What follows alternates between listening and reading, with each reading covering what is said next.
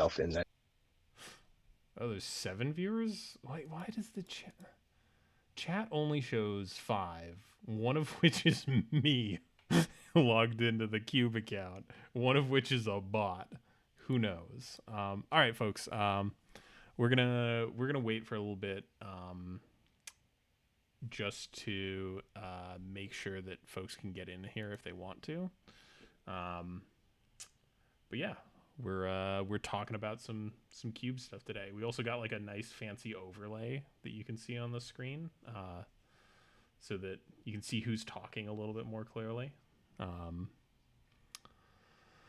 But yeah, it's been a long time since we've done one of these. I feel bad, like the thing that finally I was just like, we need to do this was the fact that we got like random Strixhaven previews. I'm like, we should probably get the last update out before we start getting previews for the next set. Yeah, that's a rational concern.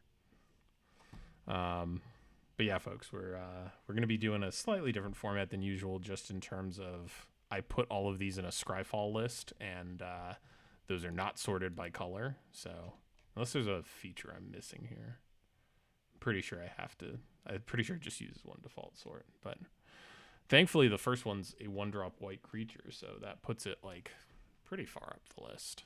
All right, let's see. Yeah, we're starting to get some folks in here. I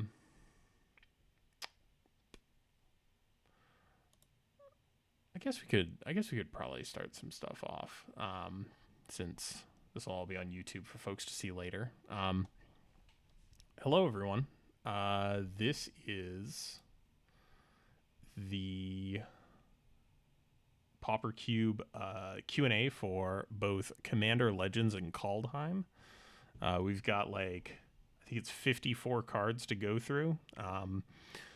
We're only going to definitely cover stuff that is new, or at least new to Pauper, but if there's other stuff that you want to talk about, there will be a section at the end where we can talk about that, or, if stuff comes up during conversation, that also works just fine for me. Yeah. And hopefully we're going to find a whole bunch of new cards that we get to play in this lovely cube, and it'll all be a great time. And we're just going to start stuff off at the top with Codespell Cleric, which I think is a very reasonable card. I want them to do this kind of effect more.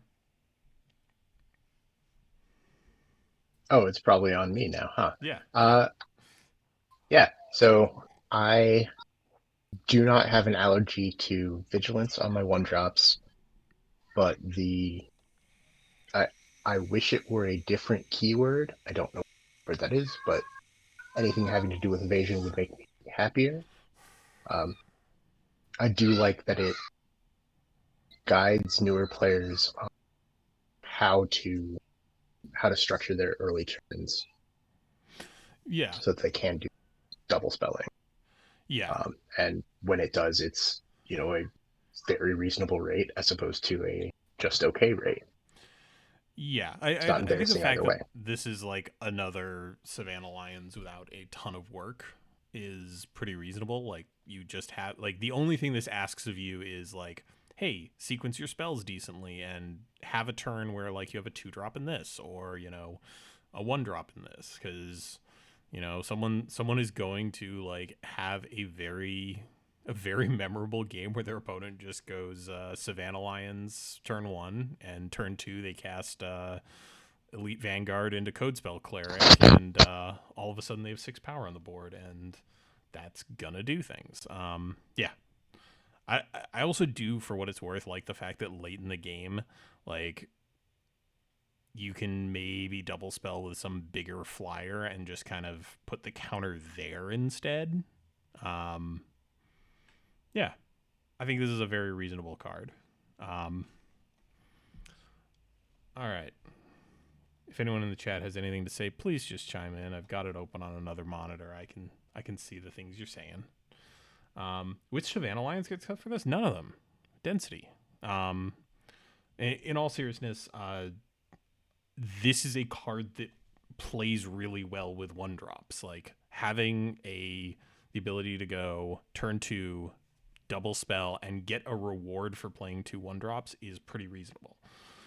Because, if your opponent has something, like an early 1/1, like you can just go, okay, Savannah Lions, Code Spell Cleric, make my Savannah Lions, or make my Savannah Lions into a 3/2, so that way you can actually attack into their 1 power creature.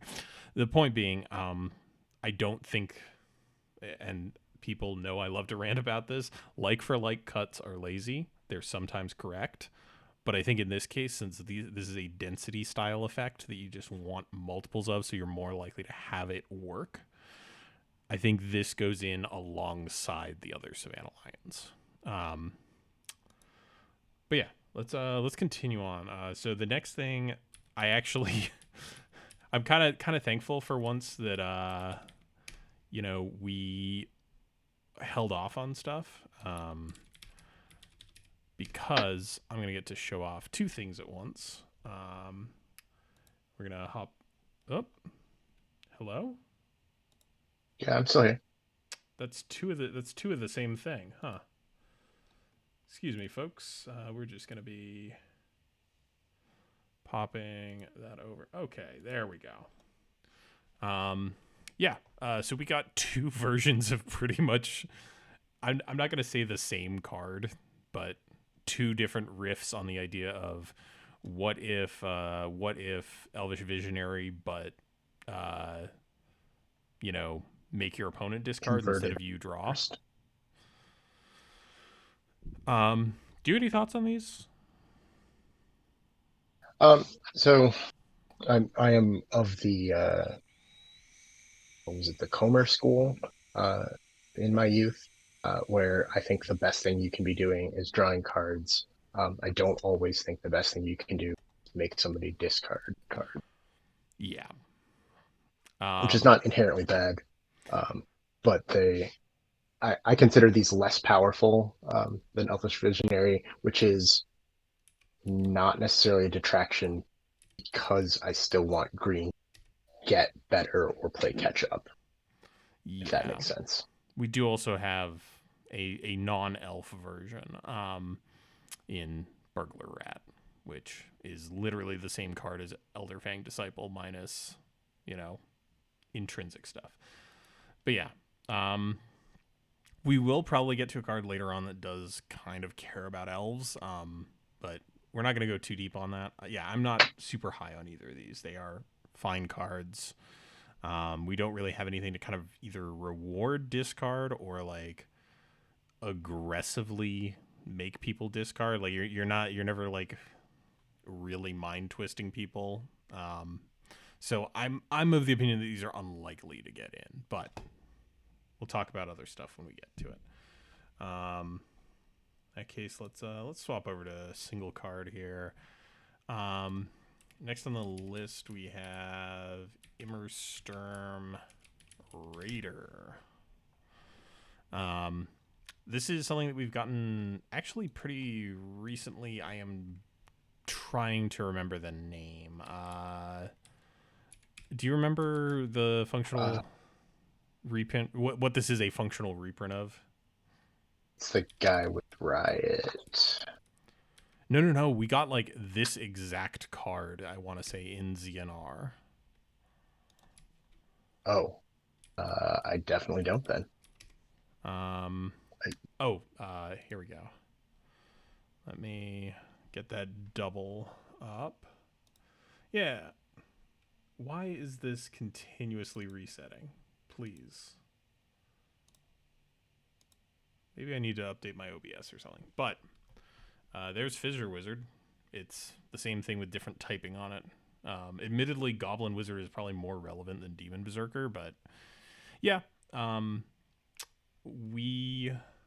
don't believe actually wound up popping in. It's been a minute since we did the ZNR update, but oh yeah, Fissure Wizard is in there. Yes, it is. I don't know if we need another one of these, because we do have them at various points on the red mana curve. So in this case, I'm kind of inclined to say this probably isn't going in, but it's the type of thing where folks feel strongly about it. It's completely possible that the community will, in the next couple of days, say we desperately need more 2-drops, and 3-drops are too full in red. Mm-hmm. But I don't think that's going to be the case. Yeah, I can see that. All right, let's scoot on to a different 2-drop. Let's scoot on to an actual like good 2-drop. How about that? This is Masked Vandal. So this is 2 mana 1/3 changeling, which rarely matters, but the important thing is as it ETBs, you may exile a creature from your graveyard. If you do, exile target artifact or enchantment an opponent controls. I really like this. This is not Reclamation Sage, but it does a halfway decent impression of it. And stuff dies in this cube fairly frequently, so I don't think that this extra cost is always going to be like a huge bottleneck for you. Any thoughts? Yeah. So I struggled to evaluate this card. The 1/3 body is weird compared to what we've been doing in green, which isn't disqualifying. If you don't have a target or you don't have the ability to exile a card from your graveyard to use the ability, it's still going to hold off a lot of creatures, which is appealing. I'm hesitantly in favor, but it's like a 60% I would like to see this added to the cube as opposed to a 90%. The only problem I have is figuring out what to cut kind of consideration. And to side note real quick, decontest I think the only card that currently cares about Goblin as a creature type is Warren Pilferers. Yes. Everything else is apathetic. And with Warren Pilferers, you do kind of care more about the fact that it's a Gravedigger than the fact that it also does other things. Yeah, I think that's fair. Like Masked Vandal is an effect that is very appealing in the cube. We've heard time and time again that folks feel like artifacts and enchantments can sometimes run away with board states. The question is like, is this just us including a sideboard card? I love Rex Sage in other cubes, but that is a 2/1 body that turns sideways a little bit more aggressively. We also don't have like any great like equipment that we can strap on this thing to kind of really make it. I mean, I guess if you've got your Bone Splitter on turn 1, like this swinging in on turn 3 as a 3/3 isn't the worst. But yeah, it's not like in a unrestricted cube where you can cast your Rex Sage and then slap a sword on it or something like that. You're not exactly getting those huge things. Kind of pushes green-black self-mill a little. I honestly, here's the thing, like this is not Delve. This line looks like Delve, but you don't need to be intentionally milling. Like creatures kind of die incidentally, and being able to exile something out of your own bin is not a huge ask a lot of the time. But yeah, I do think like if you're aggressively like putting stuff in the bin, sure, like yeah, this does help out a little bit. There is always going to be somebody with the variant cube who's going to unturn 1 cycle Street Wraith and just go to town and destroy their opponent's Wandering Twig. I say this jokingly, but like there are going to be board states where yes, you're going to want to do it on turn 1, and you're going to bend over backwards to be able to use it potentially. Yeah. I think this is one of those ones where because the cube is large enough, I kind of want to include this as a trial thing and see how people feel about it. Because if folks are frequently just cutting this from the deck and because it's a blank 1/3, and it just kind of feels like a sideboard card. I'm not a huge fan of like sideboard only. I think this is probably enough to not be a sideboard most of the time, but I don't know. It gives green a way to like deal with things like, you know, Pestilence or pacifisms or stuff like that. Up next, we have a very, very adorable little critter. If Scryfall will load for me, please. Here we go. Filigree Familiar. So it's a gray ogre. When it ETBs, you gain 2 life. When it dies, you draw a card. We have said so many times that in our cube, a lot of the colorless section really does boil down to being cards that enable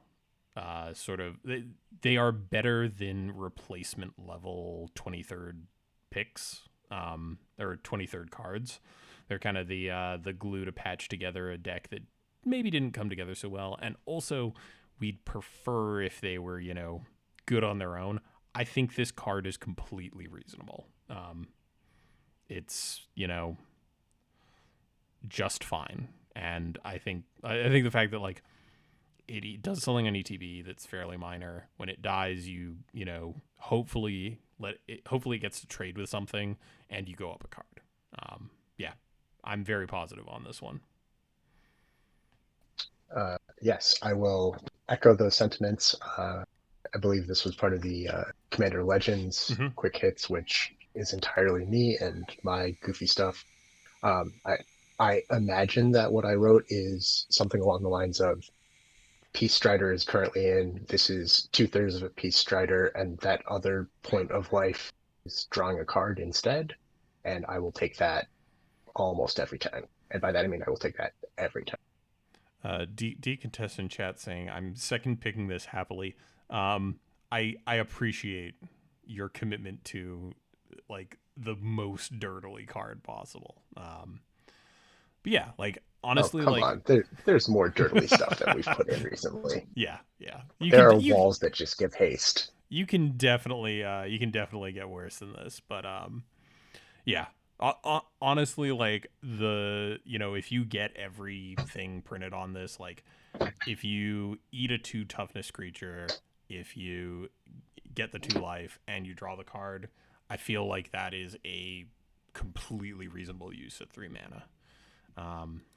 Let's talk about another 3 mana thing that I have feelings about. Because are they good feelings? Mixed feelings. So Bag Marauder got downshifted. So we had I'm gonna forget the name of it, but the Ravnica version of this that is 4 mana and it's a 4/2 instead. It's like Flesh Ripper or something. I forget what it is. I'm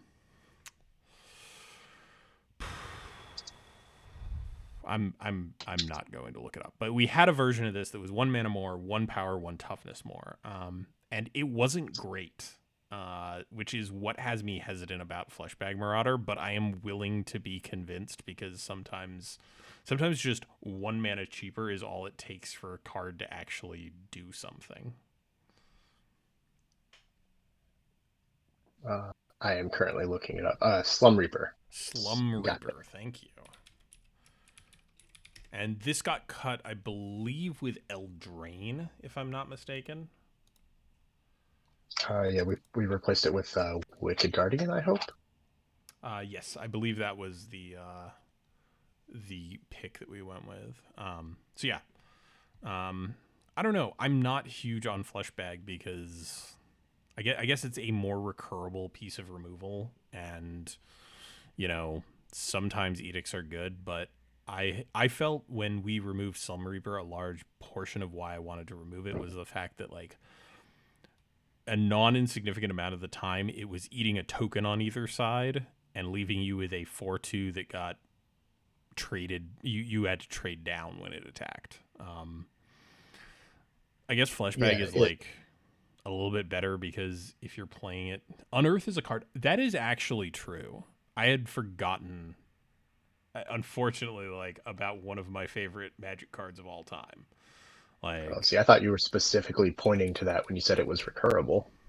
yeah, The yeah, CMC. that Sorry, is, mana value. yes, mana value. That one's gonna take a minute for me to get used to. Yeah, like, I mean, even just the fact that like if you Gravedigger this back on turn 4, if it eats itself and like recast it the next turn, sure, fine. Like, I guess, is that 1 mana enough? I, I don't know. I was regularly disappointed with Slum Reaper for basically the reasons that we enumerated when we cut it. This is closer to being Cruel Edict mana cost, but I, I'm still panicking and envisioning a bunch of board states where I'm going to have a 2/2 or something. I'm going to cast this, and then somebody's going to shock or lightning bolt. Probably not shock in our cube. Um, my other creature, and go up cards because I'm forced to sacrifice this instead of 1/1 or something that I wanted to get rid of. Yeah, and also like it's not a huge upgrade on a lot of creatures in the cube. Is another thing that's kind of keeping me back, but by the same standard, like Slum Reaper was an upgrade on a lot of things and still didn't feel great. So yeah, this is one where like, you know, I think it's in consideration. It's not one that I'm super stoked on, if we're being honest. I do also just want to take a moment to pull up the correct art, the blob. All right, let's continue on. We have a quick little one, and this is one that I feel is very much on the edge of things. This is Infernal Pet, so it's a gray ogre that whenever you cast your second spell each turn, you get to put a +1/+1 counter on it, and it gains flying. This is one of those cards where when I first looked at it, you know, I was pretty so-so on it, and I think the only thing that has me interested about it is the fact that those boosts are permanent and it gains specifically a good form of evasion. I don't know if you have any opinions on this thing. Yeah, I'm almost certain that I didn't even comment on this card in the quick hits. The I think after we posted the quick hits, either you or someone else talked about the value Orzhov aggro decks having to double spell periodically with protection or evasion to close out games, and how this tied in and signaled that there. In that view, I like it way more than when I first looked at it. It's better than okay. Yeah. I don't know if it's great, and I don't know if it's interesting necessarily. I definitely want to hear from the community on that. This is definitely the type of card where like I like the play pattern it encourages. It says, you know, hey, try to double spell, and you know, even if at some point you can't double spell, hopefully you manage to do it enough times that this is, you know, a 4/4, which is a pretty reasonable body within this cube. And I don't know, I'm not huge on it, but at the same time, it's, I think, reasonable. I also find the art like oddly endearing. Um, let's continue on. We got more 3-drops. And I think this is the only one that I included on this list with a specific keyword, which Kindbale Courier, Kinsbale Courier.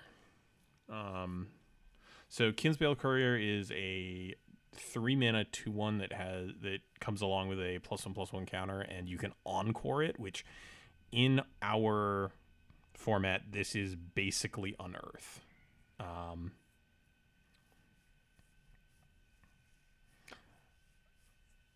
I mean unearth the ability, not the card. But I don't know. This is the closest one, and it's still one I'm not excited to play. Can you pull side by side my smart brain should have attended night? Attended.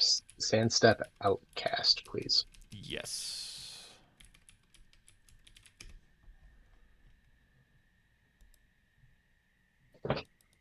Please, Discord. Please just show the 2 cards. I have to keep setting the source in OBS. This is terrible. All right. Yeah, I think this is a fair-ish comparison. Folks in the chat, which one of these would you like to play more? So basically my vision on it was both are reasonable if you're trying to go wide, and Courier is one more likely to help with the double spelling that we eventually got, or eventually potentially got in Kaldheim. 2 is even better at spreading those counters wide. Since actually can spread the counters wide instead of only those. I just having this comparison here, like the fact that like Sandstep Outcast can go wide even if you don't have another creature already, definitely like makes me more interested in this.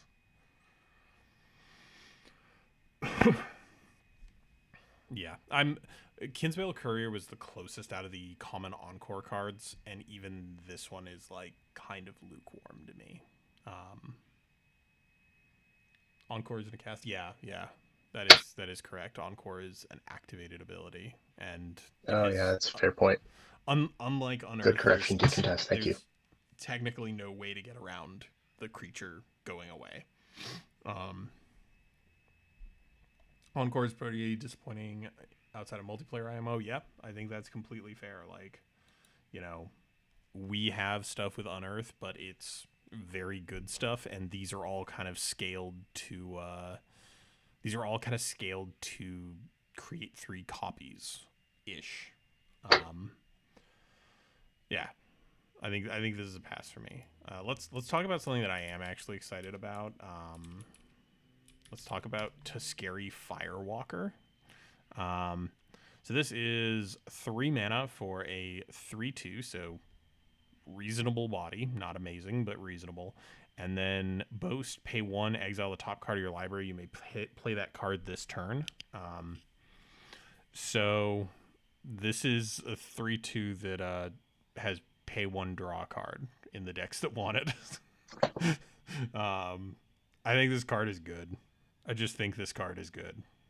Period. Especially when compared to like some of the attack looter. Yeah. A burning tree. There's too many things named the same thing. It's very frustrating. Vandal. There we go. Let me see if I can get that up on the double here. I do feel like I shouldn't have to look up cards every time to know the name. There are too many things the same. Yeah. All right, there we go. Just make sure to counter draft all the shocks. I mean, like my opinion. I hope you're doing that with red. Yeah, like hopefully you're just using this to draw more shocks. But jokes aside, like if this is the card that when you go to attack your opponent uses removal on it, I think like you're fine with that. If it gets to draw cards, you're just definitely like getting your value back. And I think the fact that this is kind of a removal magnet is not always a bad thing. Being able to play this out when there's something else that you want to kind of safely turn sideways. But yeah, I think this card is very good. Just being able to draw cards in red is almost always good. Yeah, so it's a question of what this gets in over Burning Tree Vandal. I think is a very reasonable potential cut since I like Tuscary Firewalker a lot more. But we'll see what it comes down to. Let's swap back over to single card here. Let's talk about Augury Raven. This is our first instance of Foretell. I think actually maybe the only one that made it in. There's another that we should be talking about. Yes, there is. There is one other. Yes, it's further down. I'm remembering what it is specifically. Yep. So Augury Raven is a 3/3 flyer, which is a pretty reasonably large body at 4 mana, or you can split that over 2 turns. I really like the idea of this being able to be your turn 3 play, maybe with a 1-drop to accompany it. Yeah, I think this card is completely reasonable. I've played some Foretell in my like trespasses on Arena, and I have never felt like it was terrible. We don't have a ton of targeted hand discard in this format. Yeah, I think just thinking about this as being able to pay 4 mana over 2 turns or in 1 turn is where folks should kind of think about this. But yeah, I'm completely fine casting something like this. Yeah, so similar view. And I think I said the same thing probably in the quick hits. At one point we had Phantom Monster from Eternal Masters or one of the master sets, and it was both serviceable and reasonable for a while. This is a clear upgrade over that. Even casting it via the Foretell still gains benefit from Warden Evil's Isle. Yep. Meaning Grixis Flyers is still the secret best deck of Pauper. Yeah, I really like this card. It's just a solid card. Let's talk about and we're gonna kind of bounce around a little bit here, but we saw the return of a mechanic that makes me lose my goddamn mind every single time it shows up. Monarch showed up again. Oh, I thought it was going to be Flash. No, Flash is fine. I like Flash. Flash is a good mechanic. The Monarch, however, I very much enjoy playing the Monarch. I really hate a lot of games that involve the Monarch because they are one-sided. This is a huge effect at our rarity level to the point where, like, seeing these cards made me think less these should go in and more should we be cutting Thorn of the Black Rose out. Yeah, I think Monarch is a uniquely pretty miserable mechanic in 1v1, especially in a format where you are doing less powerful things and card draw matters a lot. Like, card advantage can be the determining factor in games. So for reference, we got Azure Fleet Admiral here. We also got Fall from Favor. Is that what that thing's called? Fall from Favor. Yep. Yes. Yep. This is a Water Knot with the Monarchy on it. Yeah, power level is in there to counter someone drawing like 3 extra cards for essentially free. Yeah, like, and here's the thing: cards like Azure Fleet Admiral also just like gets the Monarchy back for some reason. Like, as the blue deck, if you play this, you're fine just like turning this sideways and turning it into a Howling Mine where you get to punch them for 3 every turn. I will say it's the next on our list, so I'm just going to pull it up now. The one that I think is the closest to maybe being included is Crimson Fleet Commodore. So this is a red 5/3 with trample, and when it ETBs, you become the Monarch. 4 is kind of where I like the top of our red curve to sit. And red is definitely one of the colors that suffers in terms of card advantage. This is the one that is closest. I still don't like it. I still think that maybe it's time for Monarch to just kind of quietly leave the cube so that we don't have to worry about these like weird problem cards. Would love to hear from both you, Fizzled, and anyone in chat if they have other takes on this. Yeah, I think that's pretty fair. The appeal of Monarch in red is part of why you like card that I just just talked about to scary Firewalker so much. Some of the decks do need that velocity through the hand. Um, blue, blue in particular, and to some degree black are two of the colors that needed the least. Features and certainly needed the least in purring on players. Um, I I don't mind the Monarch when it ends games. I do mind the Monarch when it bogs games down, makes them inevitable but slow. Yeah. I and part of the thing that the last couple updates I have like mentioned in passing is like we're trying to create games where people are rewarded for taking action instead of just sitting there and taking no action, because that's just how Magic I feel is best. Like I want people to be doing things and not just seeking to do as little as possible. It still ends the game if it's inevitable. It just makes things miserable. That's the problem. It ends a game even if you don't know it yet. Yeah, like I'm just not a fan of the Monarch in 1v1 formats like Pauper Cube at the end of the day. The Green Monarch seems okay.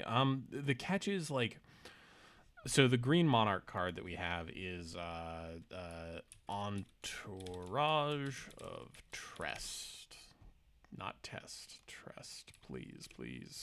Fingers work correctly. So the big problem here is if you want to give green access to repeatable card draw, the big problem is up in this upper right-hand corner. This card is very splashable. This is a card that goes in, a blue-black deck splashing green for like this and a couple of other effects. If we had something that was formatted with, like, if this was 3 green, I would be much more keen on it, because that kind of says like you need to be in green. Like, you can maybe ambitiously try and splash this, but like you need to be in green. As it stands, like, and especially the fact that this is 5 mana, like you will have seen a bunch of cards by the time you're at 5 mana. Yeah, I like this effect more in green for what it's worth, Decontest. I think it's just the example that we have at common happens to be like awkward as far as like who is going to draft this card. Because everyone knows I love my 5-color greed piles, and this is a 5-color greed pile card. Especially because for some reason it's a 4/4. Good Lord, I forgot about that part. Let's move on to some like more positive things. This is one that a bunch of folks brought up after we released the quick hits, and was not on my radar. So this is Jarl of the Forsaken, and we've gotten a good number of these effects in recent history where this this ETB, destroy target creature or planeswalker, target creature an opponent controls that was dealt damage this turn. The most recent one I can think of off the top of my head is Vraska's Punisher or Vraska's Finisher. Finisher, yeah. I would really just love if OBS would actually work, please. Is there like some like save thing I have to do here? So this is Vraska's Finisher. It is the same card, 1 mana cheaper, does not have flash, does not have foretell. I guess like my big question here is, if anyone who is a fan of this has brought this up in chat, I understand this is a pretty reasonable card in retail limited for this set. How do folks feel about this?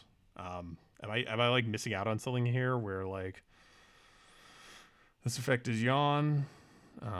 Yeah, like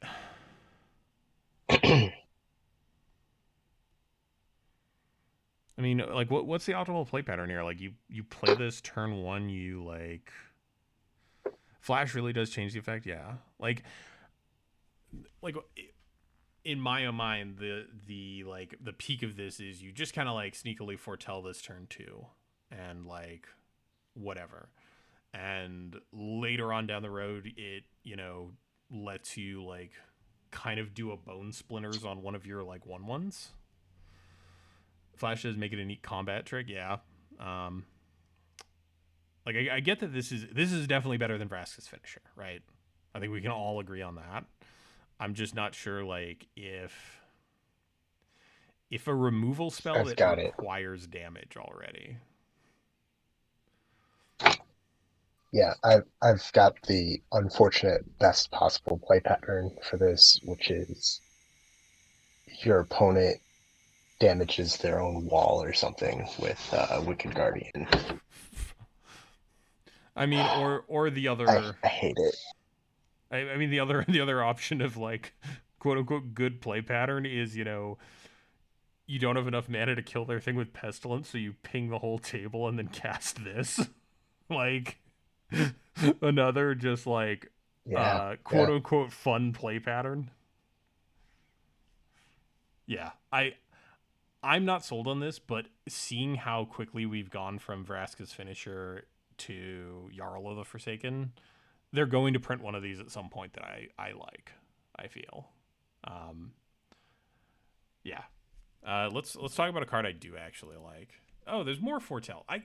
There's a lot of foretell in here. I'm sorry, folks. I like very much. Yeah, this was the one that I thought we were definitely going to talk about. Oh, we're talking. The one I was excited about is a much dirtier card. Don't you worry. So this is Surreal's Packmate. When it enters the battlefield, draw a card. Yeah, I think this card is just good. I think I've seen like multiple people on Twitter be like, this is the best common in the set, and it's not even close. Like, I think this is good. I don't know what else to say. But is it good? I mean, that's the real important question. No, this is like, it is an early reasonable sized beater. It's not instant speed, which is, I guess, a detraction that I have to search for. But yeah, draw a card is a reasonable line of text. Very double reasonable in green. Let me pop this up just so that folks remember. We got Kavu Climber for like years. Just look at this wonderful glow up between these two. Like, come on now. Just insanely better. Yeah. Sorrel's Packweight probably going in. Let's go for something that's maybe more divisive.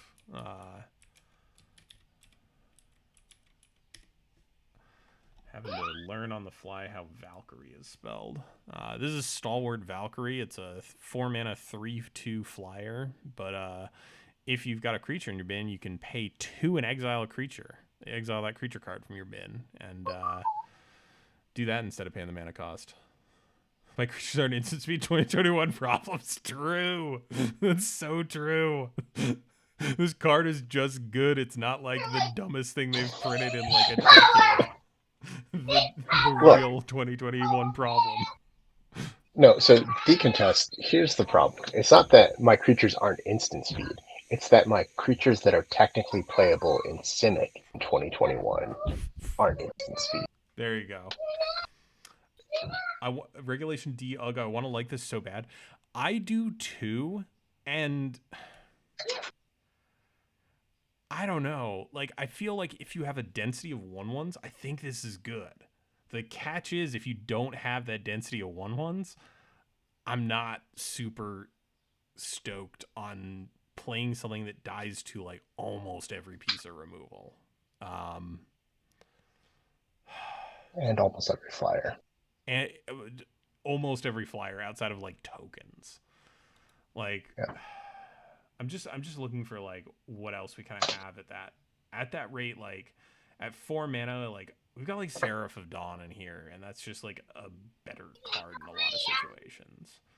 The question is like, Yeah. is this better than like one of our like 5 or 6 drops? I guess there's only one 6 drop and it's triplicate secrets, which isn't really a 6 drop. Yeah.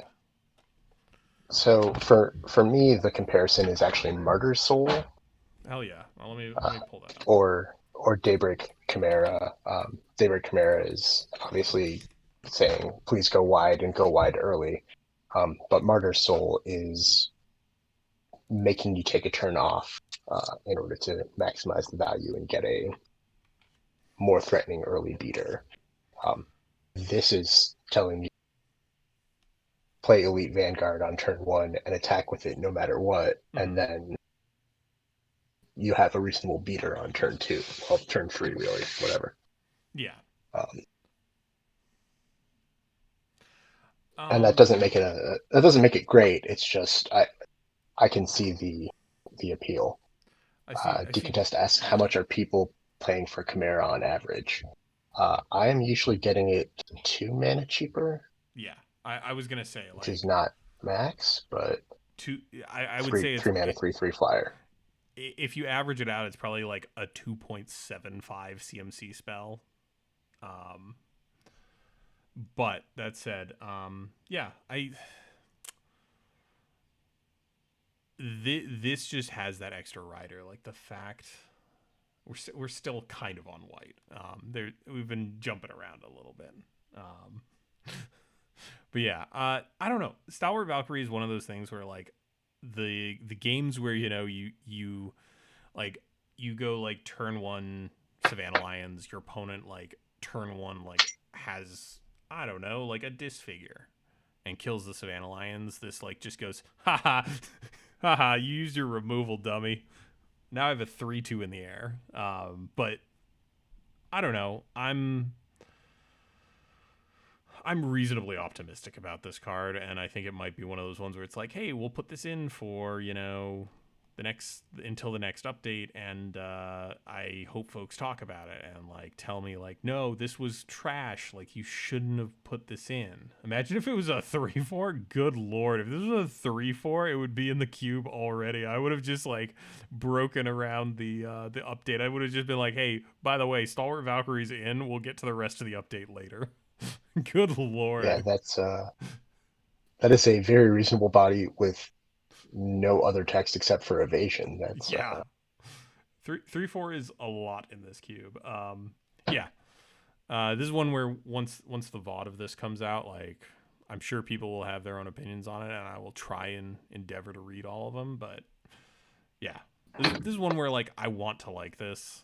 I'm not sure I love it, but I want to like it. Let's scoot on. This one's like kind of a, whatever one. We talked earlier about like recurring stuff when like it has value there. This is Blight colors. It sure does make like it's a 3/3 that dies into 3 power and 3 toughness, and you mill 3. Scotty Arch. Oh, incentivizing early attacking is something that makes for fun, faster games and early decisions. Yeah, like I think that's a big plus for Valkyrie, is like the fact that it does kind of say like, hey, you want to have a 1-drop in this hand, and like you want to have that 1-drop die so that you can get this for cheaper. Yeah, Blight Colors was in there. I don't know if it was in our quick hits. It looks almost reasonable. I'm not stoked on it. Sorry, I'm looking for the dumb card that I want to compare this to. Symbiotic Worm. There we go. Oh, the throwback. Yes. Let me. Please don't pull this up. You're gonna pull this up. That's great. I love it. Yeah. I'm pulling it up with the old border, aka the correct border. I don't even believe this card has ever been printed without the correct border. That's no, it's travesty. it was in a commander deck. Yeah, that's a travesty. So this card was a centerpiece of not the Brothers Very Grim, but Secret Force. I think. Yeah. Or Secret Force update by Jamie Wakefield. One of my all-time favorite decks because I am a child who just wants to throw big creatures at people's faces. Um, Mm-hmm. Mm-hmm. I like colors is fine, but we don't have the ability to cheat it out like they did in Secret Force. Um, Yeah. and that gets disappointing very quickly. The the best thing about this card is the potential sweeper that we could add to the Mm-hmm. Mm-hmm. cube that would not kill it, and it, you shouldn't have to say this card could be good if we add another Yeah. card. Yeah. I think that's completely fair. Yeah. I'm not really sure why I put this one in here. Yeah. Let's. I'm sure somebody liked it. The idea of going wide is definitely appealing. It is resistant to most of the not resistant to removal, but um, it prevents efficient removal by most of our removal. I should Yeah. say it that way. Yeah. Like if you bolt this thing, like okay, dummy, now you got 3/1/1s to deal with. Well, what you gonna do about that? Next up, I just want to quickly touch on one of the Monarch cards I forgot we had in the last set, which is not going in. This is Staunch Throne Guard. On its face, this looks like a nice colorless way that, any of the colors that aren't exactly Dimir could get some extra card draw. And I'll tell you exactly how this works. This is a card that's going to get picked by the Dimir players as well, and they're going to play it, and you're going to feel real bad. I think this card is very good. I think it's also not going in the cube because it's going to get used by exactly the people who don't need it. Yeah, I just wanted to touch on this one. Okay, but what if we add some flavor text that says if you've drafted a black card, you can't have this card. And just big old Sharpie through the bottom of it. Like if you have an island or swamp in your deck, you're not allowed to play this one. But yeah, Scotty Arch, I'm also not in flavor, including Throne Guard. Yeah, I think this is one that I just wanted to touch on that's and like completely fair. briefly explain, like, hey, this is not going in, but here's why.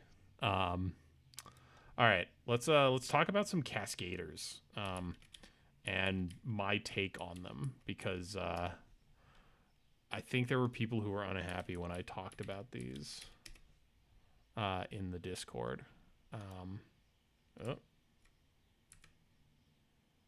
Sorry, folks. I hit a button on my keyboard and it did a weird thing. So, I apologize, folks, for OBS just being a big pain today. So, these were two that people kind of liked. I would like to explain why I think these cards are actively bad. I don't like cards that cost 7+ mana that don't protect themselves, and this Cascade here. Let me just. So the thing is, Cascade is really sweet when like you have a bunch of like really impactful cards. All I can think about is like saying like, oh, like I'm playing a deck with Annoyed Altasaur. I probably want to have like as many mana dorks as I can have. And what happens if you hit the mana dork off of this? Like, cool, you paid 7 mana for a 6/5 with reach, trample, and a 1/1? Or like, even worse, Maelstrom Colossus. Like, cool, I paid 8 mana for 8 power and 8 toughness spread across 2 bodies, and that's it.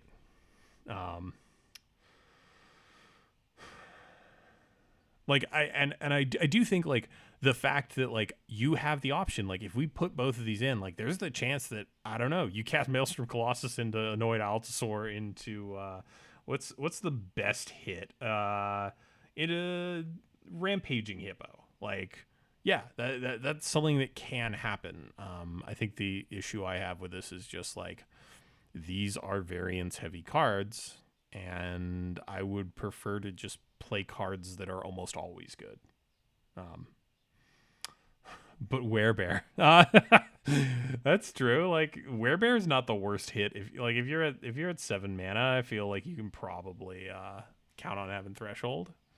Um, yeah, my like general take on these is just like if it was like 5 mana, so that you didn't have to actively work towards these, because like let's be real, most decks are not casting 7 and 8 drops. Um, yeah, I honestly like after seeing Maelstrom Colossus, it even made me go like, have we hit a point where like Ulamog's Crusher is no longer that great, or at least Eldrazi Devastator? Um, yeah, that's uh that's my take on all this. Um, anything else you Okay, wanted but to quick touch on? counterpoint. Yeah. What if every time you hit Trumpeting Hurt, that's basically like hitting two spells. No, I'm kidding. I completely agree. The tendency in a deck like that is going to be a lot of spells that get you to the 7 or 8 mana. And yes, it's going to be fine, air quotes, that you thinned your deck by hitting Nature's Lore after you cast your 8 mana spell. So you're going to definitely draw business the turn after that, but time it feels awkward, and your creature is going to end up Yeah. pacified. Pacified. Yeah. Yes. I'm also just putting up Bloodbraid Elf, which is emblematic of why people think Cascade is good. Um, Crusher's my friend and I love him. All right, I'll keep that in mind. Sorry, I shouldn't laugh after that. That sounds very ominous. But yeah, like Bloodbraid Well, Elf. you got to ask if it's his darling. There you go. Sorry, their darling. Um, yeah, I did want to bring up Bloodbraid Elf just to show like this is a good Cascade card. It's a good Cascade card because it does something immediately in the haste, but also like it's 4 mana. 4 mana is a believable amount to hit without having to try for it. That's my piece on high mana Cascade spells. I think just while we're here, I just want to slip in the last Cascade spell that I included on this list in Forceful Denial. This is a counter spell that cascades. It's 5 mana. It looks like it should be okay. I don't ever want to play this in a deck that wants to play counter spells. It just really honks to think about like cascading my counter spell with cascade into another counter spell. That just doesn't sound good. Then I'm just playing a 5 mana counter spell. I'm just playing like that feels really rough. I don't like it. Yeah. Let's move on to some artifacts. Let's move on to fun things. Just put Lily of the Veil in the cube, then problem solved. I have feelings on Lily of the Veil in 2021 Magic. But that's a whole different thing to bring on. Let's talk about Tormentor's Helm. Last Hope all the way, yeah. Tormentor's Helm is a 1 mana equipment that gives the creature +1/+1. So it's a short sword, a honed Kopesh, a Leonin scimitar. I think that's all of them, but this one has some rider text on it. So the fact that it's red, you get this text whenever your equipped creature becomes blocked, it deals 1 damage to the defending player. How do you feel about this? So I just moved away from the window. The damage to defending player feels like raid bombardment a little bit. Yeah. But also like hissing iguanar. Like yeah. I am no longer embarrassed to be sending in my my various goblin tokens once I can equip them, because even though they're going to get eaten up by a wall, they are going to still technically do their damage. Yeah. It's not goblin bombardment, which is what I would air quotes really like in my red deck that needs a little bit of extra reach, but it is a serviceable way to encourage people to block my goofy tokens instead of whatever my bigger, more dangerous threat is, which again is probably going to be like a 2/2 or 2/3. and yeah, still take some damage to the face. Yeah, like I think the fact that this just kind of turns incidental tokens into 2/2s that if they block, there is still downside.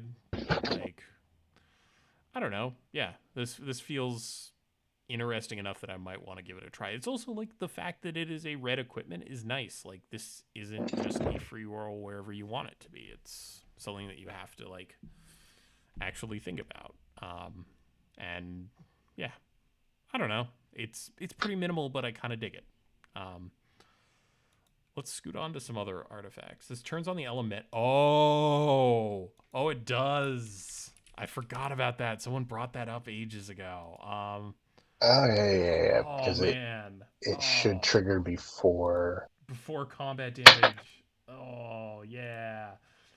I mean, let's take our trip to Magical Christmas Land. Like, yeah, slapping this on like a random token, or actually slapping this on the Wildfire Elemental. Why not? Like that. That kind of rules. Yeah, that's neat. I like that. Yeah, that is cute. Um, yeah, Why no but haste? why no haste? This is a Planeswalker deck card. That's why no haste. These cards are supposed to be not amazing. Um, all right, let's go back to our single card. Yeah, that's just a neat interaction. Someone, if we include Tormentor's Helm, someone will live that dream, and it'll be cool. And I think that's awesome.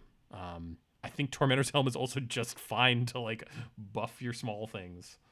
Also, why there's no foil? Yes, there's a handful of cards you cannot foil in this cube, and some of them are old, some of them are just weird. All right, let's briefly touch Some of on them are a cycle jumpstart. here. And this is the first one alphabetically, so it gets used. So Charcoal Diamond is part of a cycle. There's one of these for each color. 2-mana rocks are super good. They help you get to your 4-drops. 4-drops tend to be some of the bigger whammies in a lot of formats. That said, there has been talk about the fact that these are kind of like 5-color degen decks that are going to play these. They're colorless, so they can fix you into a color. These are probably not getting in. It hurts me to say. I love like artist Lindsay Look has made a incredible short time in her short time in Magic has like illustrated some of the prettiest hands holding rocks I have ever seen. Um, but yeah, I don't think these are right for the cube with the way that we approach trying to make 5-color good stuff not the default best. Um, anything else you want to say on this? No, similar. Signal's missing a color.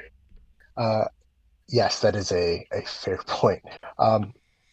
No, so on my end, I I like what they do. My concern is if we wanted to bring them into the cube, I would feel compelled to go unbalanced. Mm. Um, I'm fine with and breaking cycles. I like I can get there, but I have to have a good reason. the, And the catch is like I think I'm also just fine playing a tapped Mind Stone in some decks. I'm fine playing Mind Stone in pretty much every deck. Like I I wore the corners off my first couple of Mind Stones in high school. This was before I had sleeves, of course. Um, and yeah, like I there have been days where I would want Mind Stone over any of these Oh because yeah, I want to draw cards. I think a lot of the time, like if I am trying to not use this as sort of quote unquote intended, like if I see Charcoal Diamond and I am not in black and I go, do I want this or do I want Mind Stone? I'm probably taking the Mind Stone because they both effectively read the same. But like I can totally imagine just like picking up random diamonds just to make sure that you can actually hit those 4 drops more reliably. Yeah. Next up, I've got a funky one. Someone brought this up at some point. I forget who it is. Thank you to whoever brings up these sort of weird ones that I overlook. This is Haunted Cloak. It's a 3-mana equipment. It does equip for 1. The magic number, like 1 or 0, is really where you want to be. Equip creatures Vigilance, Trample, and Haste. Good lord. So this basically just reads like all of your like 5 drops plus get a really powerful 1-mana kicker. Yeah. I think this is interesting. I don't know if it's good. But God, like I'm trying to think of like what you play this on, like how you feel about it. So I think you want to end up being what? It's got to end up being on your 3-drop. Well, I guess your 3-drop on turn 4, so you can equip it and benefit from the haste. Which so you're talking maximum like zoom, gotta go fast stuff. Yeah, I'm assuming. I am assuming that because trample is the most important part to me, which means the second most important part should probably be haste. I want my opponent to not be able to defend. People are talking about Crusher. How many of you are playing games where you hit 9 mana? What are y'all doing? What world do you live in where you hit 9 mana routinely? These are the modified cubes where people are playing Generator Servant.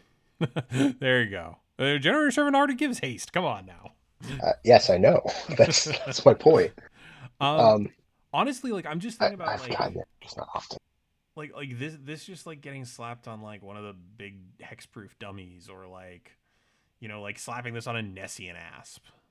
Like I'm thinking more like the 4-5 range. Vigilance is amazing though because you can put it on something, attack, move it for favorable blocks. I didn't know this card existed. Yeah, this is originally, I want to say, Eldritch Moon. This was in. It was a very nothing card in that format. I guess like at the end of the day, like if I pay 3 mana on turn 3 and it basically says like the best, any big dumb idiot that you cast from here on out is going to immediately, not even turn sideways, just like get in. Yeah, like I just feel like this is probably okay. I don't hate it, surprisingly. And again, like it's all down to like equip 1. If this was not equip 1, I would think this is utter garbage, but 1 is so few mana. Okay. I've got my goofy dream right now. Okay. Hit me with your dream. So turn 1, Bone Splitter. Turn 2, Volshock, whatever it is. Turn 3, this. If I'm somehow not dead, I'm gonna play Guardian of the Guild Pack on turn 4.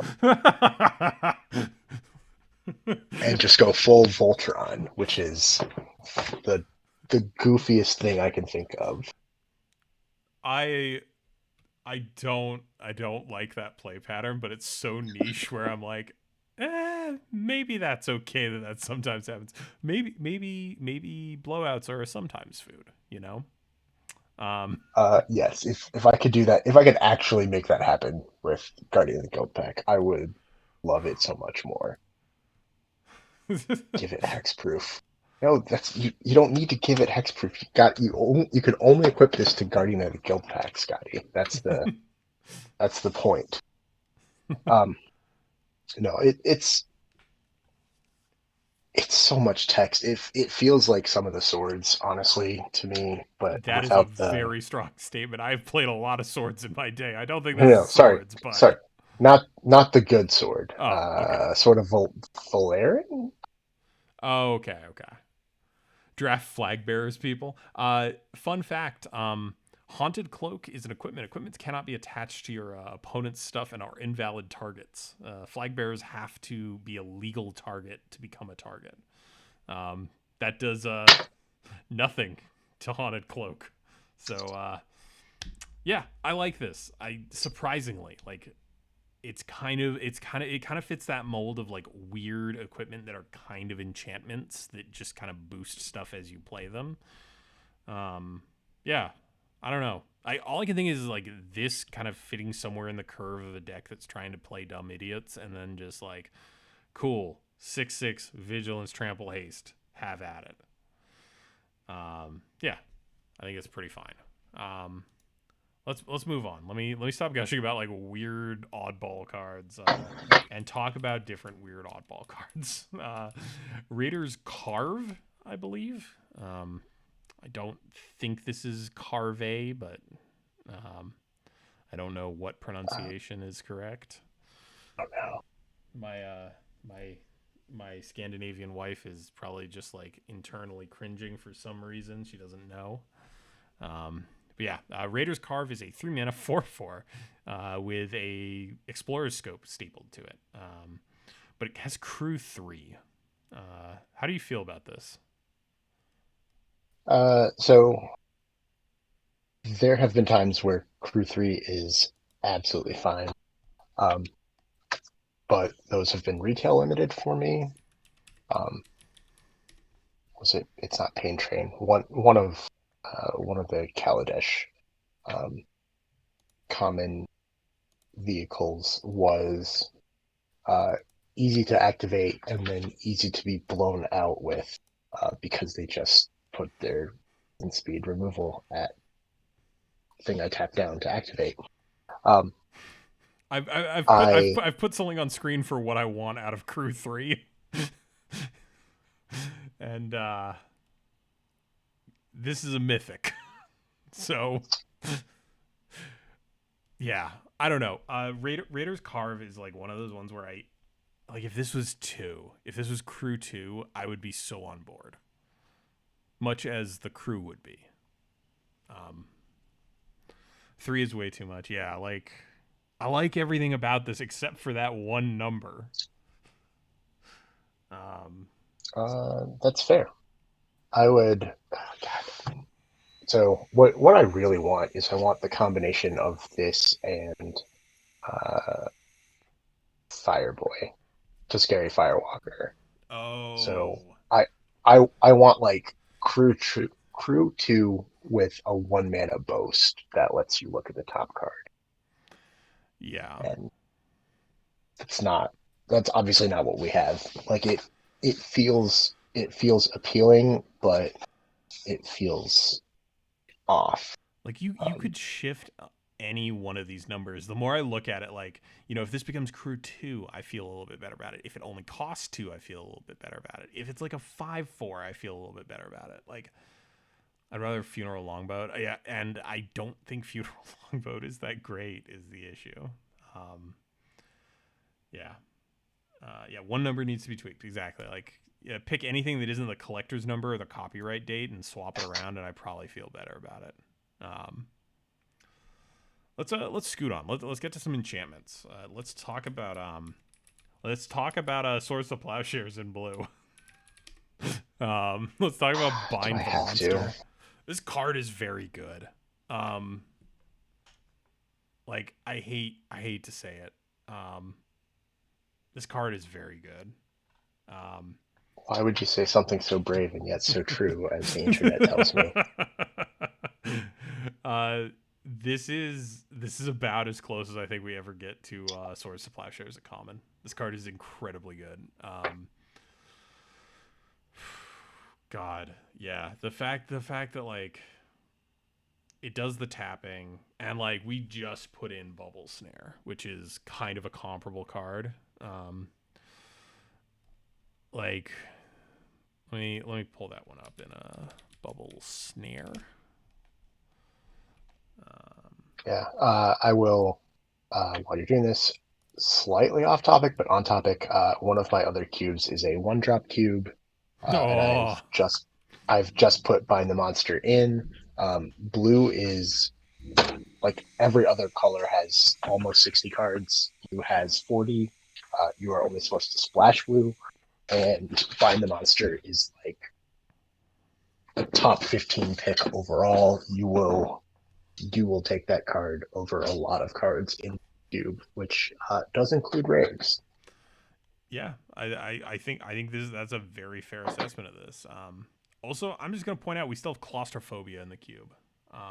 Blown up by Vandal, unplayable. Y'all, we need to have powerful enchantments. We also need to have powerful answers, please.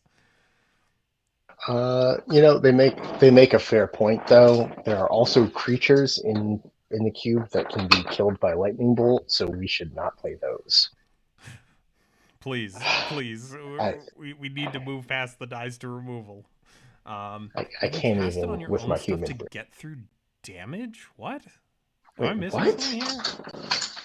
I don't Yeah. think you. Like if you need to nug yourself for some damage for some reason, I can't see like a line there. Um, yeah. Are you This playing card is Death just super Shadow? slow. I don't get it. I think the fact that like this does have a downside, like sometimes this will just be a dead card in your hand is like the fine trade off for this just being such a good rate. Like, if your opponent like ramps out some big dumb fatty quickly, like you kind of like if they use it to turn the things out before it gets to attack, you kind of just gave it haste and unblockable, and like that's a fine trade off even in the great scheme of things. But yeah, I like Bind the Monster quite a bit. I think it's a very good card. I think even outside of Pauper Cube, it's pretty solid. It will probably be going in. This was one that I remember people bringing up that I didn't quite parse why. Benevolent Blessing. So this is a riff, or I guess an improvement on Chomano's Blessing. Chomana's Blessing, yeah. Yeah, so these are basically the same thing, except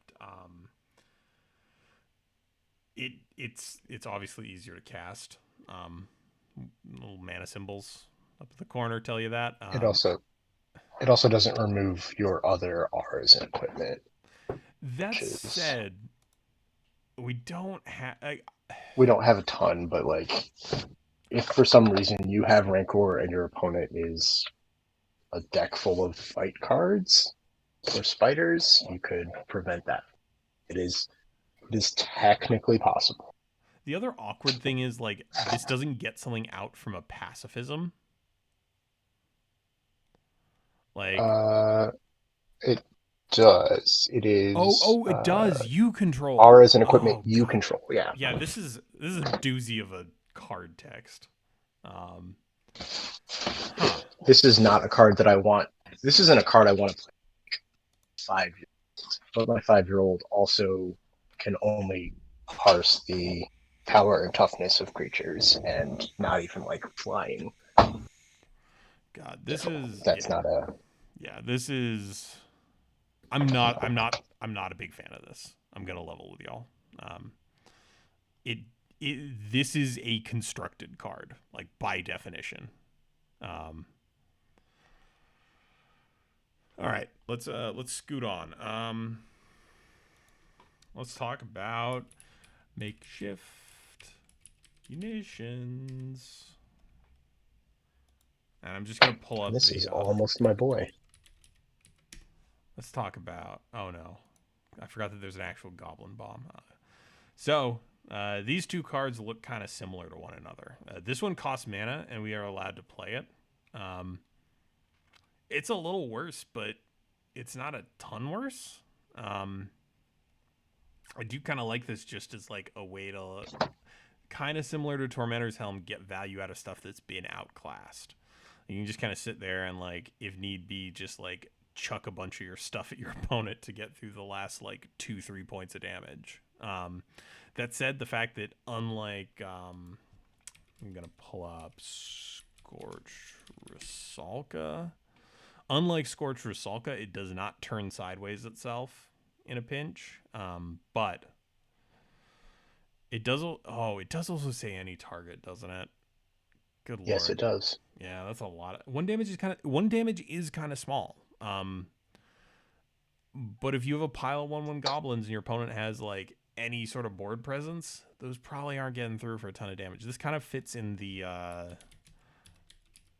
the classic raid bombardment kind of vibe, where like these are both going to basically be there so that if your stuff gets outclassed, you can still get in points of damage.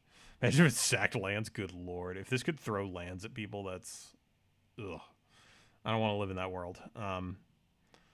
It's okay though, because this is going to be the glue that holds my Naya deck together. I'm just going to create a bunch of treasure tokens and food tokens with Fierce Witch Stalker and clues with Raven Inspector. And I'm kidding. I actually really really like this card quite a bit. Yeah, I actually did discuss this card with Stibbs briefly, and basically my line of thinking was I'm torn over whether I like this more or Raid Bombardment more, and he sagely, I assume he nodded through his folder of Thanos gifts before saying, "Why not both?" I think Crap. I think Yeah, they're I think they're that's a different fair question. situations, right? Like if your opponent's not doing anything and you land raid bombardment turn 3 and you have a couple of, like you've Krenko's commanded or something, like you're just going to town. Like this can be a more, this can fit in your aggro curve.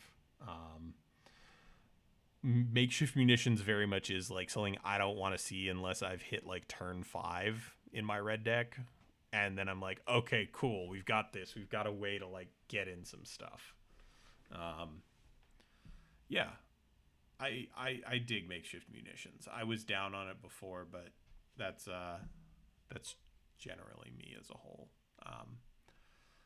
Let's scoot on to some other enchantments. We've got Bound in Gold. I'm just gonna pull up some reference here. It's a baby weaponize the monsters. Yeah, it's a baby lot of things. So Bound in Gold is just better arrest. Well, excuse me. I'm not gonna say better because there is a tiny little word in here. Mana abilities. This whole phrase. I do question how many times someone's used arrest to turn off their opponent's Llanowar elves, but I mean, sometimes you need to get rid of that last blocker, but yeah. if you're gonna do it, you should be winning the game that turn. I was gonna say in that case you're casting on the Llanowar elves because they have a chump blocker, not because you want to shut off the mana ability. Yep. Yeah, and I guess I think just the fact that like it's enchant permanent, like you can use this. Let me just see. Let me just see what the dumbest thing you can possibly do with this is. You can shut off someone's serrated arrows. You can shut off equipment with it. Interestingly, No, you're skipping over the most correct thing. what? Pestilence. Oh, that's true. That's right. That's why we talked about this. Showing two. What the hell? Yeah, I am also seeing two bound in gold, but I thought my browser was messing up, I so I keep apologize, y'all. resetting. My OBS is doing something weird today. I don't know what's going on with it because I figured if I stayed in the same scene, I'd be able to like swap these around and like not have it reset. But who knows? Desert, yeah, desert gets shut off at least half of it. I'm trying to think of like other like weirdo abilities that you can shut off of this. Like pestilence is definitely a good one to point out.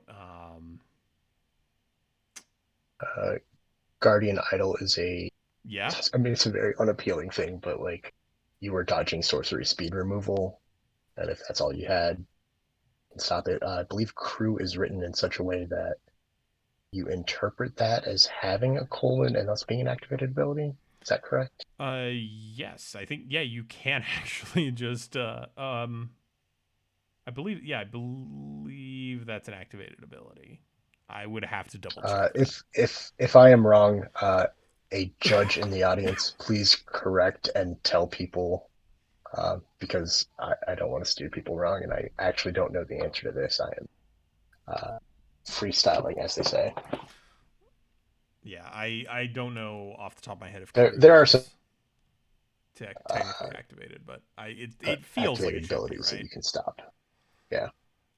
If So I thought the enchantment would just look if at, you're yeah, it does things to cards that are probably going in the cube.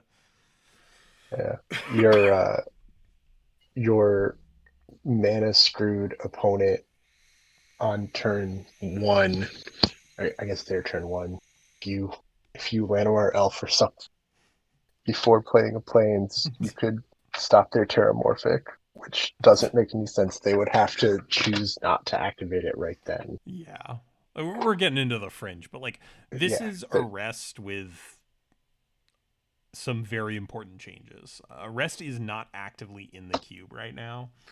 I will point out that what is it? We just put in Nahiri's Binding, which is Arrest is currently in the Arrest is currently in the cube. Good at least in lord. the Cube Cobra list. I'm pretty. Maybe I like proposed it at some point. If this was going to replace either I know we talked about it. Arrest or Nahiri's, I'd want Nahiri's to go. Yeah, I mean, so Nahiri's Binding is basically just an Arrest with a more restrictive mana cost in this cube. So I think that's a fair take. Yeah, Bound and Gold, it's good. Let's see if we can actually look at another card. Snakes. Oh, you know what we got rid of? We got rid of one of the 4-mana ones last time. Oh, okay.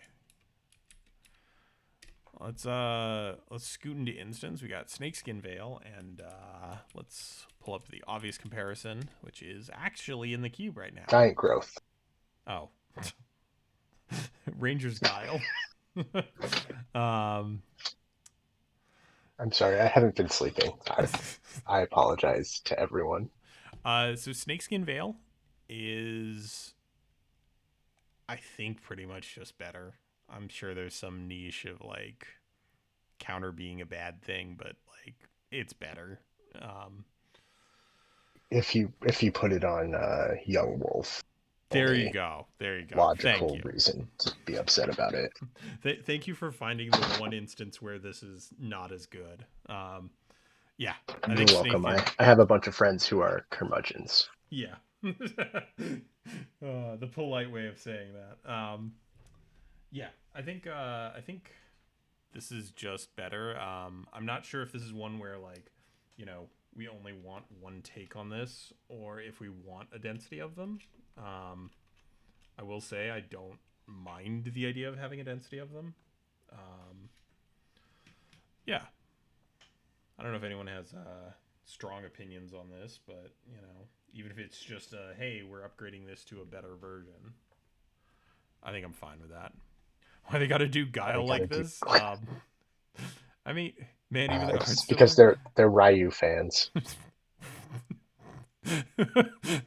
I'd be lying if I wasn't trying to come up with the Street Fighter joke on my own. Talked last time about a Counters Matter theme making its way in. This would fit in that. Yes, we will probably touch on that. I've been fidgeting with stuff on my own end. Incredibly delayed answer. Yeah, I assume it's activated because it has the colon in it, right? Even in the reminder text, that's still an activated ability. I don't know. I think that's how it works. But yeah, we already got hexproof creature. There are already hexproof creatures in green. Yeah. Yeah. It's activated. Thank you. Boomerang Squad. Oh man, that's a hell of a username. All right, yeah. Snakeskin Veil, good. Probably going in. Maybe cutting Ranger's Guile for it. Maybe being a supplemental option instead of Ranger's Guile. Let's talk about. I'm just gonna leave the second window up, even though it looks a little bit less nice in the VOD. Here, I'll just like. No, that looks terrible too. So Fiery Cannonade. We'll pull up the card I have wanted in control decks for like ages in Pauper. Oh, cool. Thanks. It reset that anyway. Cool. Great. I can't even make the dumb joke that I want because I can't remember the card name. I just pulled up Pyro. Hammer. There we go. Hammer? Yeah. Pyroclasm is the correct answer, but Hammer of Garden is Oh God. the one I wanted to joke with. Oh no, we're not bringing up. We're not gonna be. We'll save my usual praise for drowsing Tyrannodon until I come up. Cool. Yeah. Here's my big question. What do people think about Fiery Cannonade? Because I don't think it's actually. I think this is another one of those cards where, like, yes, it's got a red mana symbol, but like, I kind of feel like red isn't playing this too much.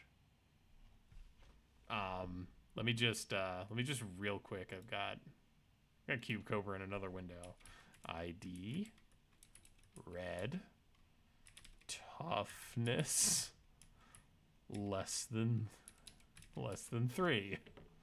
So there's 26 out of 40 red creatures die to this. That's better than I expected, honestly.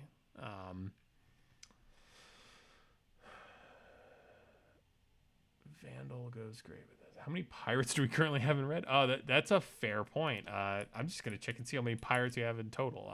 The pirates bit is flavor text. We have Fanatical Firebrand and Corsair, Kitesail Corsair. Spoiler, the pirate part of this is not the part that's exciting.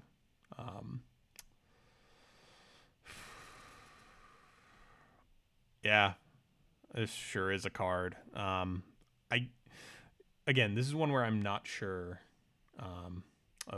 Currently can't hear. Sorry, Fizzled is apparently unable to hear me. Restarting my headset. I'm going to pause for a second then. No one has anywhere to be today, right? No frantic, like, Saturday emergencies.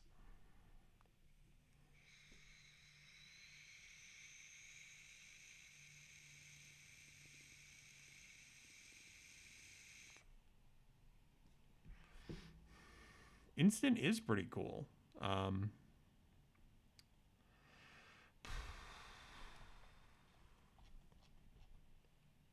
Yes, there it is. There we go. He's back. Sorry, I perhaps missed out on some things. I assume you said glowing things about it. I tried to pause a little bit. My main take on this is I think this is a red card that red decks maybe don't want, is the big thing. Like, I feel like this is much more of a card that a blue-red deck wants. Would slower spells matter want it? Yeah, like some sort of like blue-red thing where it's like, oh, I'm playing a bunch of these random 3 toughness spuds, and like, I'm just going to jam this in here. Like, maybe even splash for it. UR Control wants this. Yeah, like... I think that's my big thing. Like, I don't think this is something that, like, mono red particularly wants. And, like, I guess you kind of toss it in red green as a way to, like, clear up dorks for your big things. Or, like, I don't know. I think it's a funky one, and it's one that I kind of want to try out and maybe have, like, a big caveat there of, like, hey, if this turns out to provide pretty unilaterally unfun experiences, maybe it goes. Maybe it gets cut. It's a nice sideboard card too.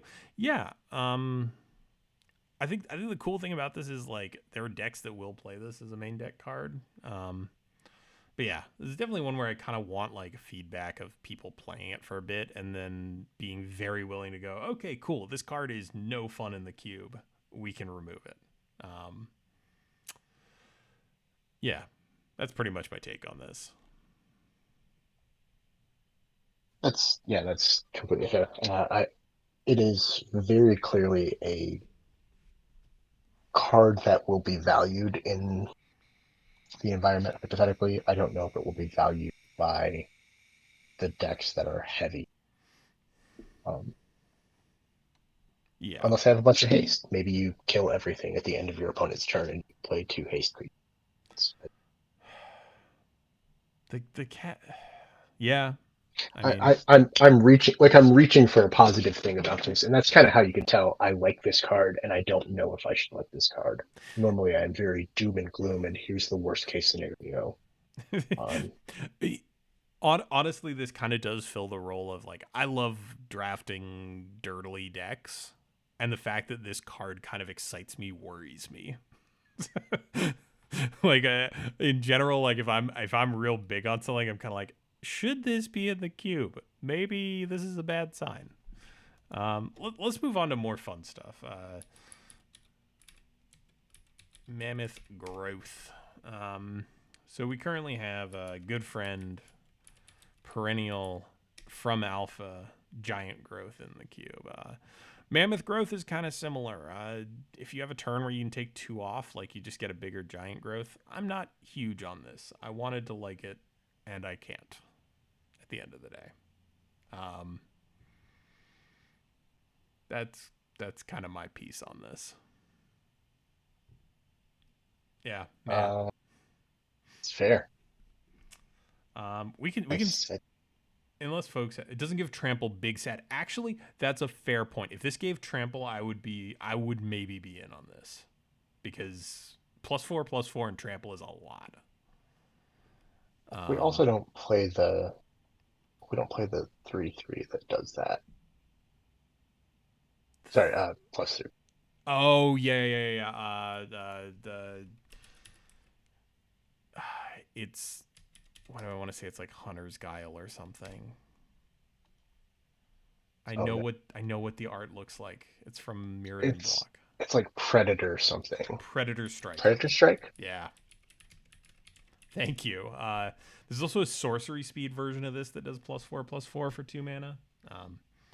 None of these are exciting. Wow, this is very very Mirrodin era art. Fond memories. Let's scoot on to a foretell card that's actually good.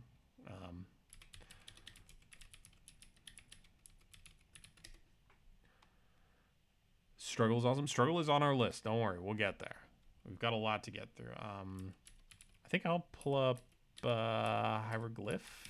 That's got to be enough, right? Yeah. Best card in the set, don't at me. Behold the Multiverse is a doozy of a Magic card. So I would like to... I'm seeing double, by the way, on the screen. No, why are you doing this? Unlucky, I guess. Well, it turns out the card I was trying to display is something somewhat similar. Because this is how I've kind of viewed this. Like, these 2 cards inhabit a similar space. Now, Scry 2, Draw 2 is a lot better in my mind than Draw 2. That said, there is no cycling mode here. More importantly, I think we still have the thing I was considering this over is Reign of Revelation. Yeah, that's fair. My basic take is this sees 1 less card. It does put something in the bin that is sometimes relevant. I think Behold is just better. Yeah, I think like almost every time I want this, because let me take y'all on a journey. I would like to pay 2 mana for telling this with 4 lands total, pass the turn, and have any piece of 2 mana interaction, and then get my choice of either drawing 2 and scrying 2. What about the artifact? What artifact? The Well? Witching Well. Yeah, Wells maybe a consideration here for something to cut. Yeah, I just think that Behold the Multiverse is a very good card. It is going in. What it cuts is probably going to be another thing in this similar realm. We have a lot of... We actually have 1, 2, 3, 4 cards that allow you to pay 4 mana and effectively net 2 cards to hand. I think Behold is just more fun than Reign 2. Gives you something to do on turn 2. Yeah. This card is just incredible.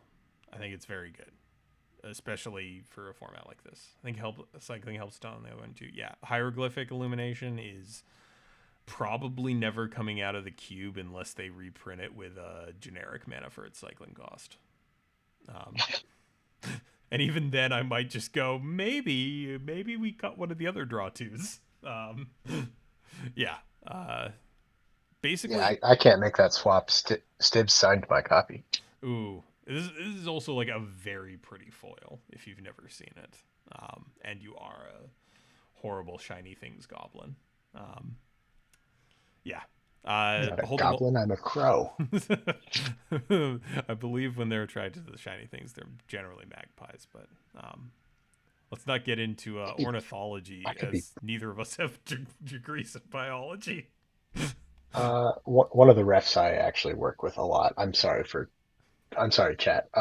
Is actually a PhD in herbology. We call her. Um, and yeah, crows are too smart. Yeah, They will get the shiny thing if humans value the shiny thing rather than just shiny. corvids as a whole are incredibly interesting. Uh, let's move on to a very uninteresting card. That's one I want to talk about. So we have way down here. And I'm just going to pull up. We've got a whole class of cards that this compares to. I'm just going to pull up Disfigure because it's a reasonable comparison. That said, way down where? In our notes document, sorry. uh, so yeah. I think way down is not good. Um, I think that the additional cost here is a little bit rough on a sorcery. If this was an instant, I would be having a different discussion. Yeah, I just don't think -3/-3 is tangibly good enough to justify the downside here. Especially when, like, if we want to go on other things, there's Grasp of Darkness, which is 1 mana more, but is 4/4 with no downside. Yeah, Last gasp yeah. is already huge. I think we even have like a weird version of Last Gasp as well. What is it called? We That's right. have Last the Last Myers Gasp grasp. is the instant, and then we have Myers Grasp. Yeah. I think it's grasp. Honestly, like, just the fact that this requires me to do a secondary thing to get like 1 mana cheaper and slower. I like way down as a reason to attack, trade, and interact early. IDK if I take any of the 1 mana removal out for it though. Maybe it's better than Grasp. I think this is better in a deck that has 1-drops, but I'm looking at the black 1-drops right now, and I guess Typhoid Rats is still in, and Ruthless Ripper. Yeah, I mean it's not the worst thing. I unhappily agree, but nerfing removal is a conversation to have. So if I wanted to nerf removal in particular, I would probably just decrease the frequency of it rather than making it harder. That said, there will likely be, going forward, there will be a preference, since we have heard that folks feel that the creature removal is a little bit too plentiful. We will kind of default to looking at our removal spells if, like, it's uncertain as to what we could cut for a new card, so that we can kind of pull the density down rather than the overall, like, quality, because making removal worse and as opposed to less plentiful generally hurts decks that care about being as efficient as possible. But yeah, Go ahead. yeah. Sorry. Oh, I was gonna say, like, if this was weirdly, if this was red, if this was a lightning bolt, with that text, we'd be talking very differently. Even if it didn't go face, I would still feel very differently about this. Specifically because mono red has more 1-drops and more 2-drops than black does. I think that's my main thing, is in color this doesn't get turned on as easily. Yeah, that is my piece on way down. Oh wow, we're chugging through here. We don't have much more to go. Yeah, sorry.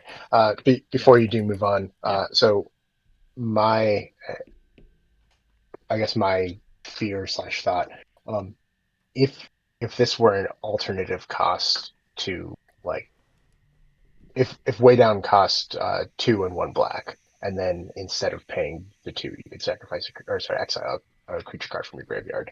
I would heavily like it. Um, Yeah. but like in comparison to Spark Harvest or one of those other recent cards, Spark Harvest might be in Commander Legends. Um, there are some Black X aggro decks where you're not down to your last creature, but you want all of your creatures to get through, and you don't want to sacrifice a creature just so that you can use some removal later. Um, I think I find it much less appealing than the straightforward shrinks or straight up removal cards that we currently. Yeah. It not everything that black does is control. Is basically what I'm trying to say. Yeah. All right, let's talk about removal that people got very mad about. It's Raven form. I heard y'all hated this for color pie reasons.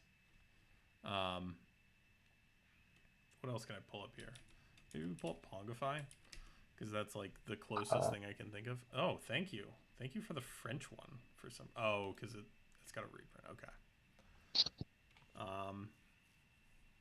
Yeah, Raven form gives a smaller body. It is its sorcery speed, and it's got Foretell. It's also 3 mana usually. How do we feel about this one?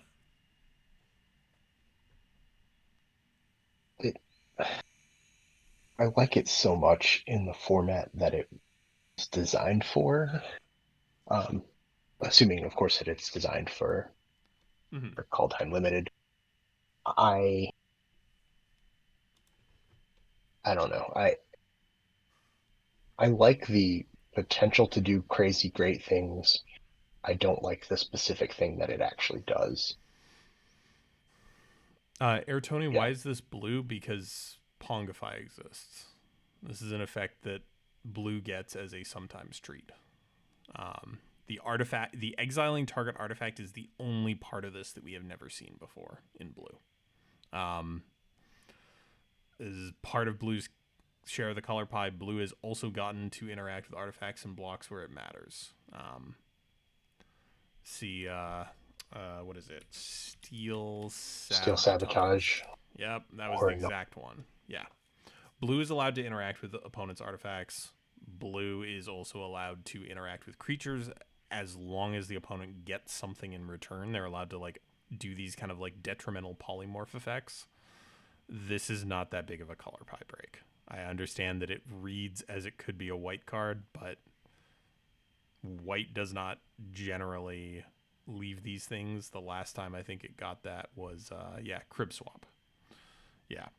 Like this could in theory be a white card. This is fine as a blue card. That is my miniature rant about the color pie and things having precedent for them. That said, like it's not like white needs better removal in this cube, if I'm being honest. Like, have you looked at their removal suite? It's just everything. Like they have answers for literally just any permanent you want. What about the creatures with vigilance? It's got pacifisms. Oh, that's right. Blue's the one that taps stuff down. Yeah. Oh, thanks. Thanks again, OBS. Just really. Before the next Q&A, folks, I will try and get this fixed. I don't know why.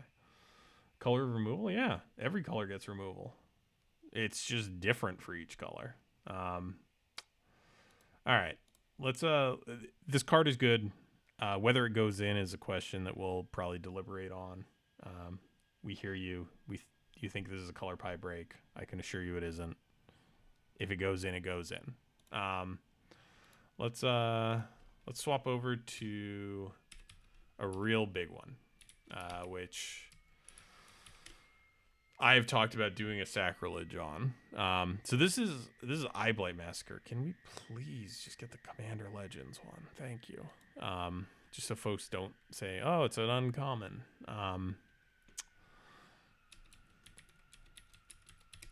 I've floated the idea behind the scenes that we have a certain problematic card that folks have complained about from time to time.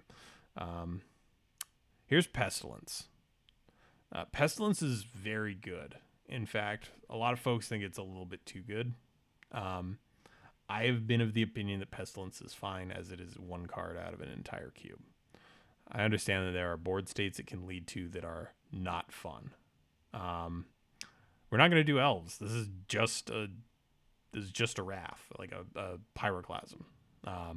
That if you're in black green, you get some bonus from. Currently, let me just do a check here. Currently, there's like 7 elves. If you're not, then not. Why? People keep complaining about removal, and this is just removal every single turn. I have proposed this swap. I understand that Blight Massacre is not as good as Pestilence, and that is kind of the point here. Pestilence is fine. Yeah.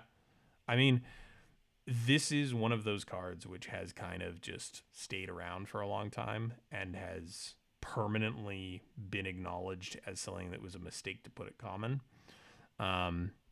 This is something that I've floated. Blight Massacre is actually still just a fine card. It's a little bit worse than some other ones. I'm not in favor of Pestilence leaving the cube. Saga art is so nice. I wouldn't describe this as nice, but it is impactful, I would say.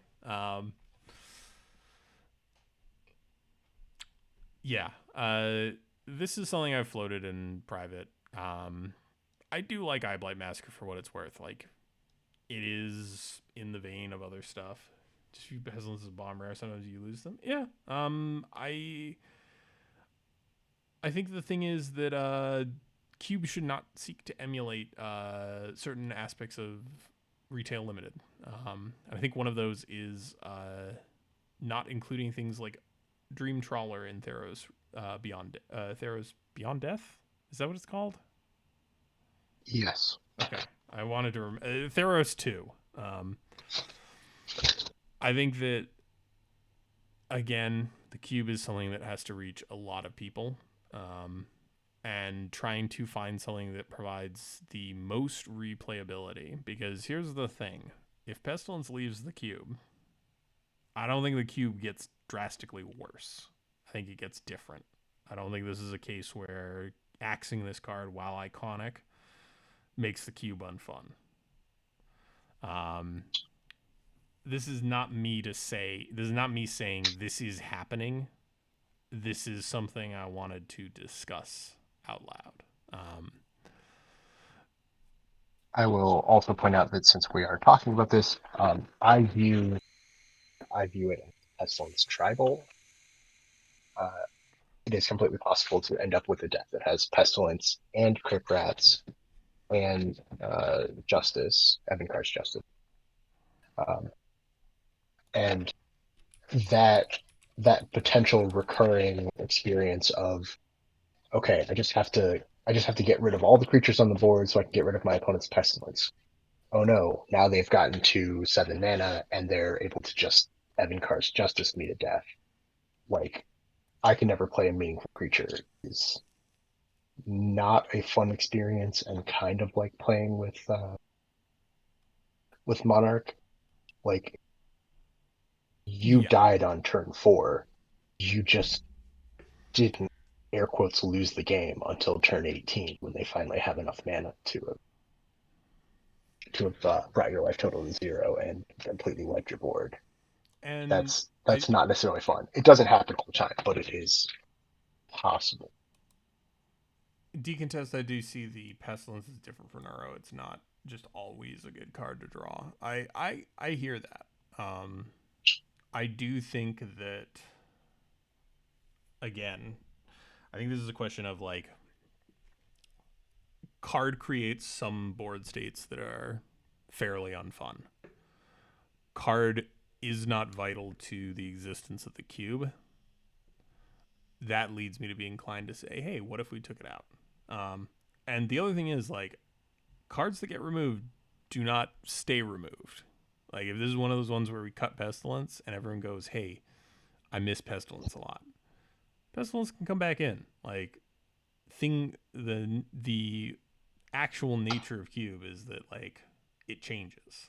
And it doesn't mean the end of the world, is what I'm basically trying to say. Sky is not falling. But yeah, we're getting a little bit off here. I think Blight Massacre is a perfectly reasonable card to include as a bad Wrath. It hits a good chunk of the cube, much like Even Car's Justice. Sometimes you play this as a 4-mana card. Sometimes this is not a win con. All right. We only got a few more here. Let's try and get through these. Should probably search in the actual search bar on. Let's something that has a foil. Yes. Foils exist. Plus, I keep pestering Gavin about giving us foil Pestilence. He won't do it, though.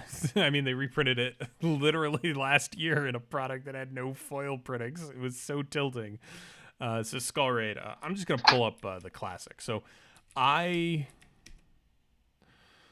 have always enjoyed casting Mind Rot in sealed decks at like pre-releases because people undervalue this card in like slow formats.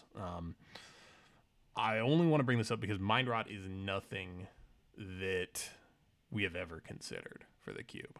Skull Raid, on the other hand, I really dig. I don't know if all the numbers are quite right, but the fact that this is either a Mind Rot, a Divination, or something halfway in between. I'm not reading that comment, Decontest. Goodness.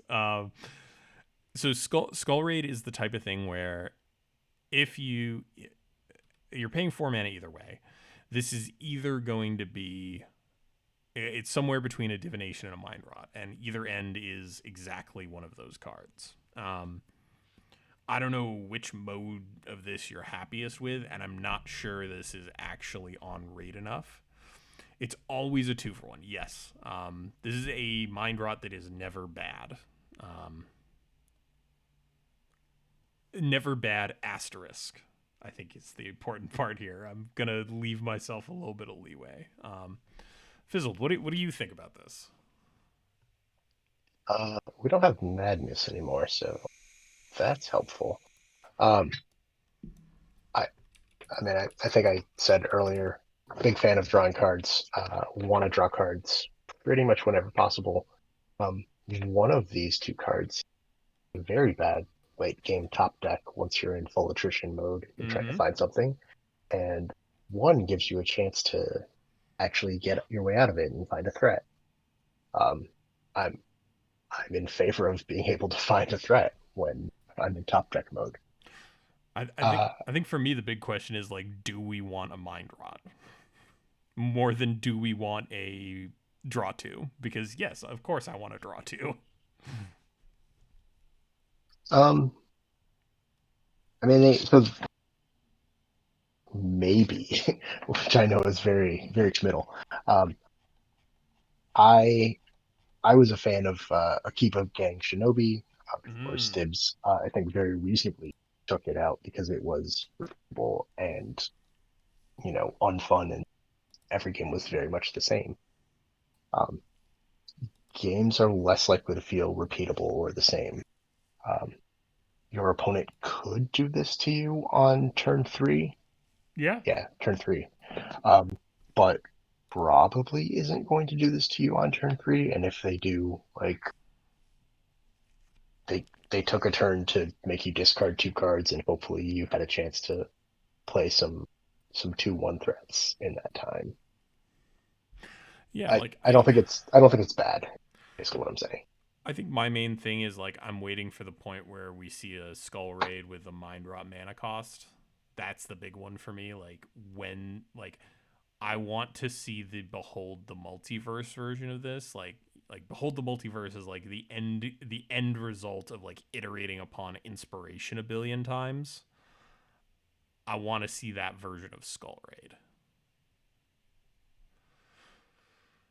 All right, cool. Not seeing a whole bunch of chat about this. Let's get one last non-land in here before we get to talk about the fun stuff.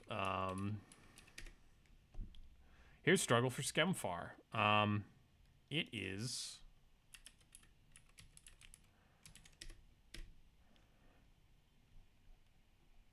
doubled on my screen. Thank you very much. Love it. Please. I assume I just compared this to Month Week. Yes. This is Hunt the Week with more text on it.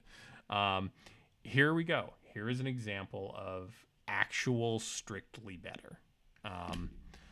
And heck, I even think this is one of those cases where like if you foretell it, you only spend 3 mana. I think this card is rad. That's all I really got to say on this one. I think this will let you remove a thing and hopefully have your creature survive. Yes, it also touches on counters matter. It gives green a way to permanently grow their threats. Yeah. That's all I got. There's the secret Naya deck again, where you get to do this on, gosh, what's the name of that card? Safeful Delete? After it had, I'm kidding, don't do this. This is goofy. Spend 1,000,000 mana so that you can regrow your Safeful Delete again. I do that be like. how it is. Yes, I know. I just don't want that to be the most exciting thing that we can do in Selesnya or Green. Yeah. Is my issue. I like that it is a grow effect, or I guess I should say a buff. It's not a grow.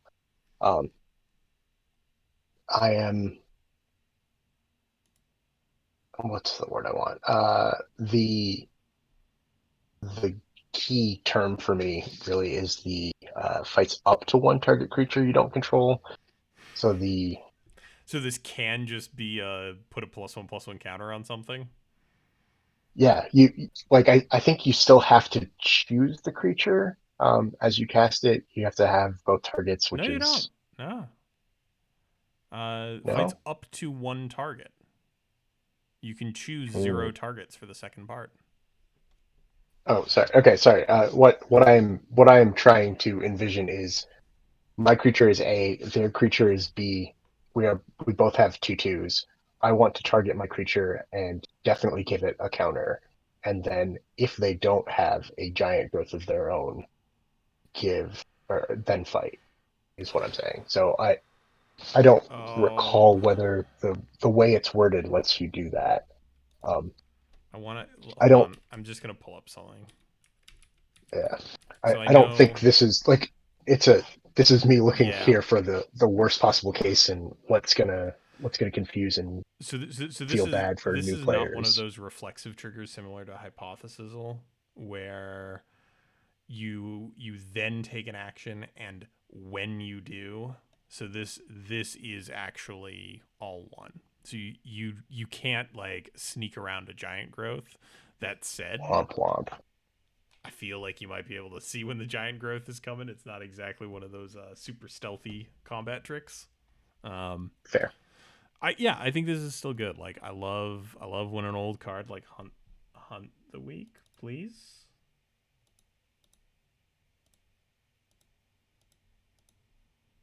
Thank you. Yes. So back when I thought this was a reflexive trigger, apparently being the term, I was more excited. I still like it quite a bit. I'm disappointed that you could get got, but I don't mind that the way it's worded apparently doesn't offer the opportunity for your opponent to trick you. So if you're on the other side and you're the new player and you have the giant growth, I like that they don't get to reverse that decision, I guess. But if you were if you're team good guy and team good guy is casting struggle for Skemfar, it's disappointing that could happen. Yes. I will say again, this is one where I expect eventually we'll see a Hunt the Week that is just a bite, and this would probably get out of there. Reflexive trigger can still be responded to. This is true. Correct. The reflexive trigger issue wasn't can this be responded to? It was when they respond, can I choose to save my thing? Yeah. Yeah. Struggle for Scamfar is pretty solid. Let's move on to some lands because we've been here for a while. Sorry. No, it's not. It's not you. We're having a conversation. Um, I'm going to talk about this one first. This is Shimmerdrift Veil. This has a lot of words on it. Are any of those words good? Well, I'll tell you something. We've already got this card in Evolving Wilds. These are just the same card, except one of them requires a shuffle. Yeah, that's my take on it. I think Shimmerdrift Veil is a fine card. Less shuffling good, honestly. Like, I've been playing a lot of 100 card formats, and the less loading screens Magic has, the better at this point. But yeah, I kind of like Shimmerdrift Veil. Clearly the most I important. will. Yeah. Oh, sorry, I was gonna say I will argue a minor difference. Someone And already. and your Someone might have gotten it. Is it uh landfall? no, it's actually not that. Oh. This is a thing that you and good friend Guarzales taught me millions of years ago when I was not thinking about it in Pauper, but was thinking in Vintage. With your fetch lands, you get to hide what colors you're actually playing or what colors you care about This until is your true. opponent's end step. So there's some secret information on turn one where you play Evolving Wilds instead of a basic, where Shimmerdrift Veil is not as good. The But tiniest once of you get to edges. once you get to turn two or three, it matters so much less. Yeah. Yeah. I think right now Stop brainstorming. everyone I'll brainstorms work wrong. on it, Decontest. Decontest. No one brainstorms well 100% of the time. It's just a thing you accept. I joke. There's definitely better ways to brainstorm than others. I guess the big thing for me is like I maybe this gets in over like warped landscape. Just because this is one of the ones where you pay. This one does have the mode of just like being a colorless land if you don't care about it. But yeah, They're both colorless lands if you don't care about it. if you ever pick an off color for Shimmerdrift Veil, I don't know what I can do to help you. I don't know. Oh, thank you again, OBS. Good lord. All right, yeah, warped landscape. There we go. We got the right one up. Again, like yeah, this does trigger landfall. That is a neat thing you can do. It does cost 2 mana to trigger landfall, which is a little rough. But yeah, maybe this. Maybe Shimmerdrift Veil stays out because tracking colors is a pain. But we do already have the Thriving Land. So that said, let's talk about 10 things at once. We're just gonna go with the first two by the color wheel. We have typed duels now. They're neat. They're better than the gates. That's all I got, really. It's not even that my brain is like fried. I just don't have anything else to say about these. They're good. Nature's Lore gets them. Well, Nature's Lore gets some of them. Nature's Lore gets the green ones. Farseek get in, maybe not Farseek. Maybe Green X is not exactly the type of thing we want to encourage. Excuse me, 5-color green. We want people to play green decks, but we don't want people to play green just so they can play other colors. Yeah. I think these are good. That said, if somebody drafts Denias 5-color in the Pauper Cube, send me your deck list. I want to see it. I love it already. Fond memories of Decree of Justices. R.I.P. Gates, probably. I'm gonna level with people. I've heard the various discussions. I think the fact that you know, let me just pull it up. The fact that Tranquil Coves has this line right here. Oh, cool. Thank you for resetting for the millionth time, OBS. Oh, this is absolutely killing me. The fact that Tranquil Cove has this line right here, this nice you gain one life, it's strictly better. I understand the other ones have the names of the two color pairs. I am inclined to play cards because they are better rather than named better. But yeah, Gates are probably getting the axe. Apologies to all Gates fans, but we just got better ones. I accept your apology in the spirit that it was delivered. Lead to Somebody Veil asks, is Expanse snow combos. Is ever any going to of matter? Delve stuff Expanse does stuff? Yeah, Delve doesn't matter. Is snow ever going to matter in the cube? No. Let's talk real quick. You may have noticed we didn't talk about any of the cards that care about snow mana or snow permanents. Arkham's Astrolabe banned from this format too? No. It is not that Arkham's Astrolabe is too good. It is not that snow adds too much complexity. At the end of the day, I'm going to speak for myself, and I'll let Fizzle talk to his own points. For me, part of maintaining this cube is the fact that this is an entry point for a lot of people to cube. It is also a budget-friendly cube. That is not the be-all, end-all of how the cube is constructed. The cube does not have a dollar amount it needs to remain under. It does not, in fact, even have a dollar amount per card it needs to remain under. That said, 35. Let me just. I'm gonna pull something up in another window, just real quick, because I actually have this sitting somewhere. So I did a little thing just for myself so that I know what these numbers were when folks asked about it. If I were to purchase 35 of each basic from Kaldheim in snow, I am adding a, oh goodness, can I do this math in my head? That's 40, 71, 93. I would be adding $100, the entire cost of the cube, over to the cube. The snow payoffs are good.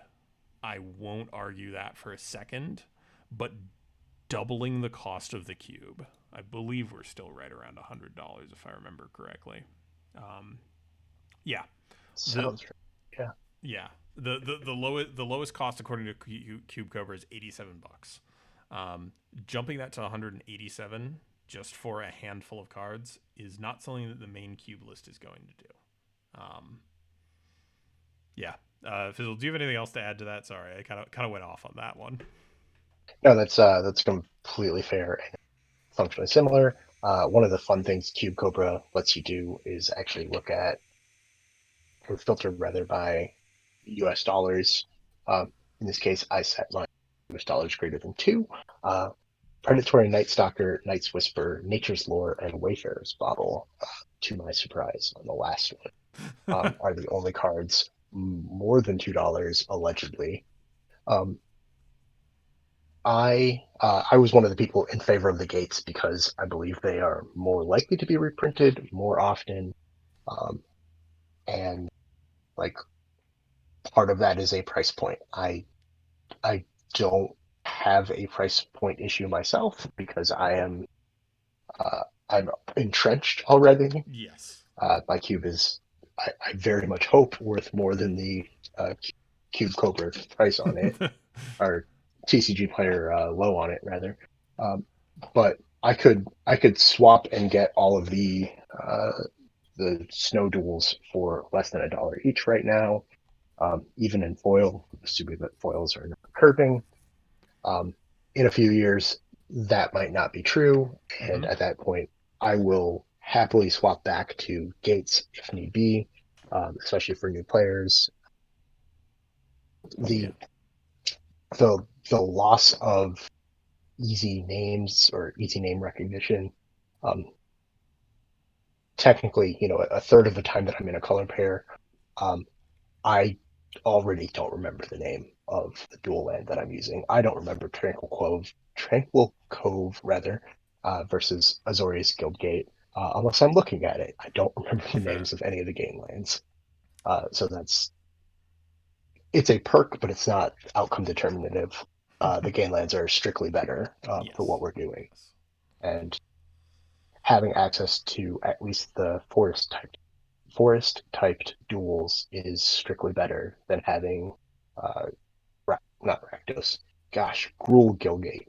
Yes. Yes. Uh, so I'm I'm fine making that change, um, and revisiting it uh, when either the cost of getting these snowlands goes up unreasonably, or when there's a reason to care about gates again. Yeah. Inevitably go back to Ravnica again for Skynet Again. versus Jace. Yeah. Oh goodness. I'm sure we will be back on Ravnica eventually, and one of these days they might print Gates payoffs worth running the Gates for. I mean, they did. They gave us Vine something.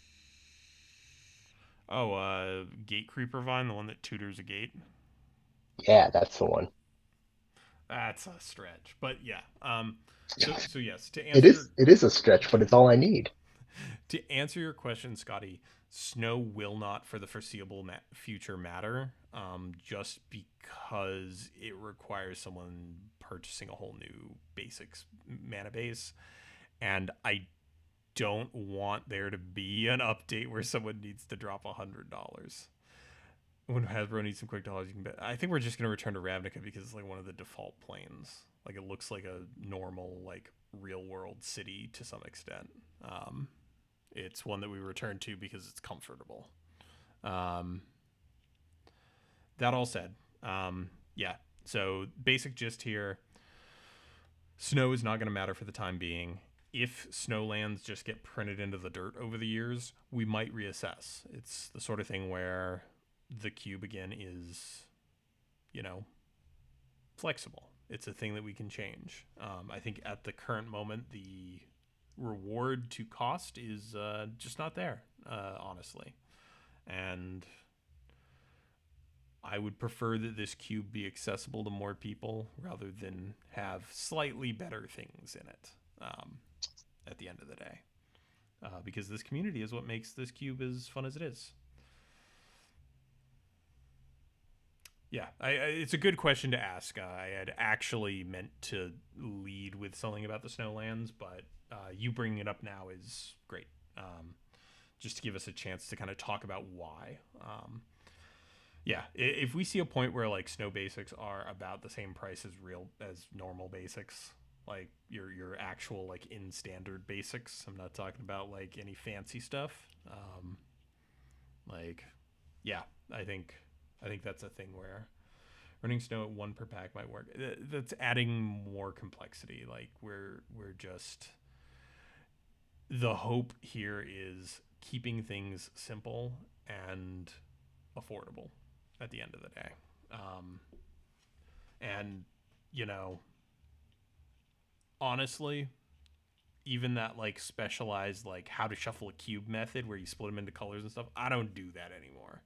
Like I've gotten to the point where like the idea of seeding a pack, yeah, Scotty Arch, let's make a snow popper mutation. Totally support that. I would love to take a look at it. Again, there is there are limitations that we as the committee have that we have to consider. Which actually brings me to a card that I totally forgot about because my query when I was putting together this list didn't hit it. Hey y'all, a little card got reprinted. It's 3 visits. Um, this is a card that actually dovetails into this nicely. Prior to Commander Legends, this card was and actually still is over $100 for the original printing. It's $3 now. We might put this in. It's good. Tron variant for oh good lord, I do not want to see the Tron variant. But yeah, 3 visits is now literally less than a 30th of the cost of what it was. And we have Nature's Lore in here, so why not? Anything else on that, Fizzled, or can we talk about +1/+1 counters? Uh, no, I think you've covered everything. I'm actually just looking at 3 visits cost right now and remembering whether I bought one. They're about the same as what they were when the set first released. It's actually stayed pretty static because it is a good card. Yeah, I also have a whole additional box of Commander Legends just sitting to be drafted in person. The wait for post COVID pile. Yeah, the spouses in my normal play group are all medical professionals, so the spouses have all been vaccinated. All of us are waiting for we can hang out. Over Nature's Lore selfie preservation? No idea yet. We'll get back to you on that one. It might be selfie preservation just because I hate that card. By contrast, I like that card, but one of the perks of taking Nature's Lore or 3 visits over selfie preservation is few of the snowlands for this hypothetical snow pop permutation that Scotty Arch is going to post about for us are that very few of the snowlands have visible trees in them. Very few. Actually, doesn't it also just search for a basic? Which yeah, it does both. Oh yeah, but yeah. You're talking about the snow basics. Gotcha. Yeah, sorry. All right. Yeah. I did not describe that well. No. I probably also didn't hear it well.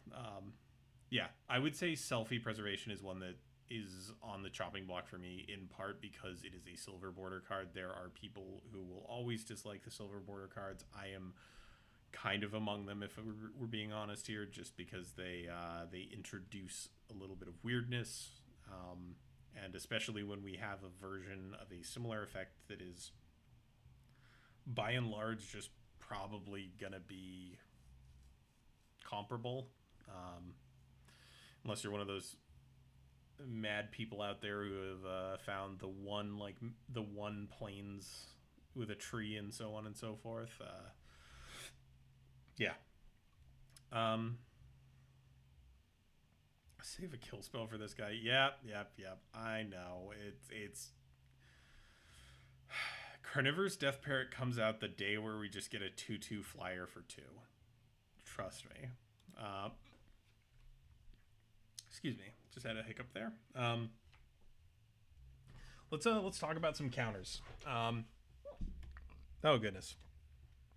Excuse me, y'all. I got the hiccups here.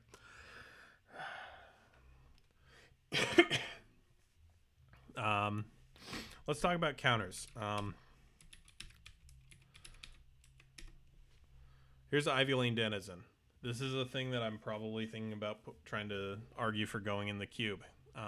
It puts counters on things. It rewards you for being in green. More specifically, it rewards you for having green creatures in green. Yeah. This is one of the things we're looking at. We've also been talking about behind the scenes the counter lords in the vein of things like Einok Bondkin, I believe it's called. Yeah. Stuff like this, where not only do they put +1/+1 counters on themselves, they reward players for having +1/+1 counters on stuff already. We have not kind of finalized this. I am still kind of mixed on the effectiveness of these lords. Fizzled, I know you have different opinions if you'd like to share them. Yeah, so the crux for me is even if they aren't the most effective, I I like the value of signaling potential meaningful archetypes that might have support within the cube and Hmm. directing especially newer players on this is the sort of thing that you might want to do. Um, it doesn't have to be a slam dunk deck style, but if we indicate having counters is a thing that matters, um, one you want to have sufficient density, which really only takes like 8 cards is what a few of the pro players that I was chatting with about said um, in a 360-ish cube. But you want to have sufficient density, and you want the completed deck to be both somewhat effective and definitely fun. Yeah. And I don't know yet if we have found the right cards to be somewhat effective and fun, um, since very few of the lords offer hexproof. Yeah. I mean, I think as long as like we're not going all in, I think that works. Just to address a quick comment in the chat, Scotty. Yeah, it's a dog soldier. Um, but yeah, I think things like Gnarlid Colony, where like you're on rate already, and yes, even Einok Bonkin, where it's a piker. I think like these types of the lords are gonna go a decent way. That said, we'll probably kind of phase this in parts. We might have a couple of the white lords from the white counter lords from KTK cons um, in the first batch, as well as Ivy Lane Denizen and probably our friend Gnarlid Colony here, just as a way to kind of start feeding it in and not go sort of huge change on top of existing huge change. And that's pretty much where I stand. Um, you got anything else before we just open the floor to any random cues that need to be aid? I think so. I think we've touched All right. hopefully everything that was in the Q&A or the Q&A, the quick hits. Good lord, I really hope so. All right, folks. Folks who are listening, obviously I know there's a bit of a delay, so I'll wait a little bit after asking this. But if you have any other questions that you would like addressed, this is your best chance. I am captive here. The recording is going to have your question in it, so folks will know if I don't answer it. So I am kind of obliged to answer. Um, give like a minute or so for everyone to catch up. I don't know what my current delay is. Looks like I've dropped 0 frames over the course of this, which is impressive. I'm shocked by that. If I don't hear I think anything, we're we'll probably wrap up the stream here. But actually, while folks are You can also formulating, post that you have no questions yes, if you are that one of the is. people still in the chat, I so was that gonna we say are that's also a aware. great one.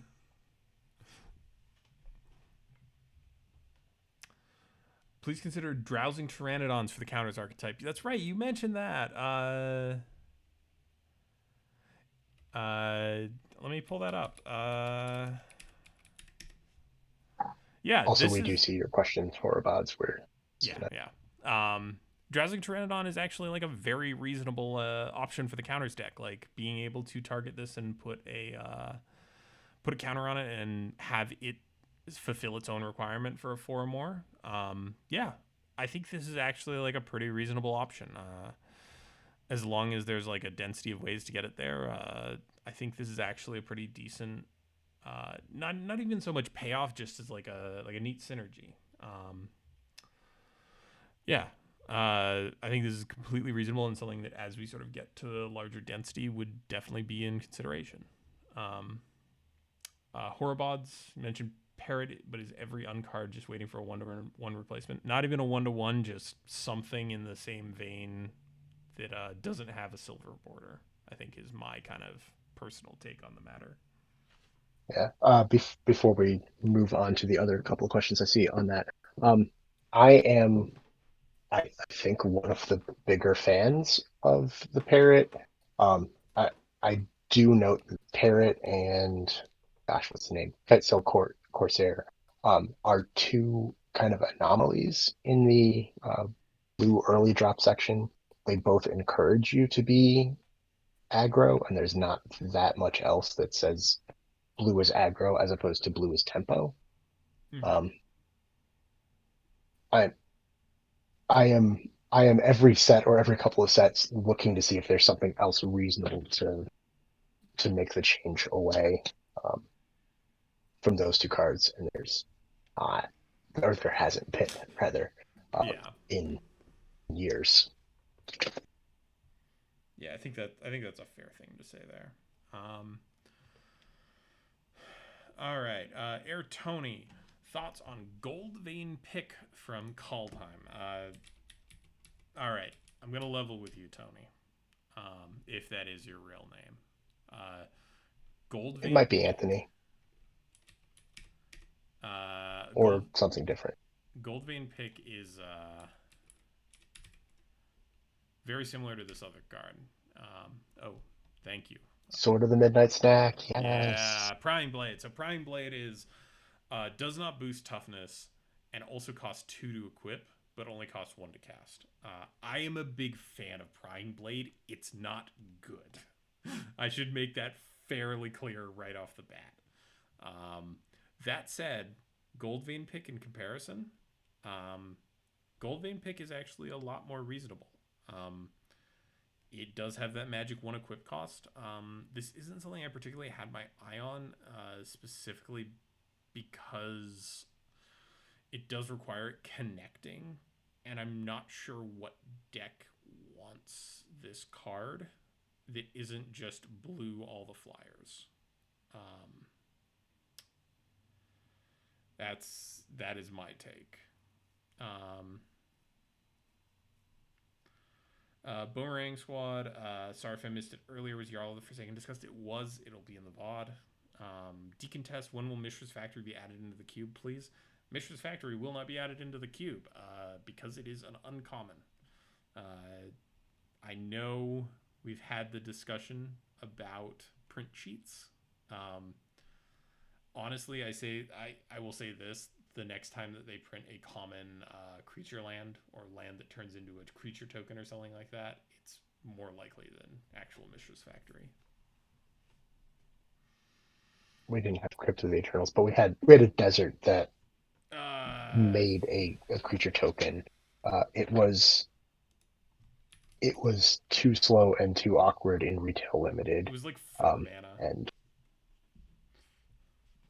yeah, I thought it was three, but three is also a lot, and it caused you to sacrifice the land. Yeah. Let me see if I can find it. Ah, yes. You are correct. Cradle of the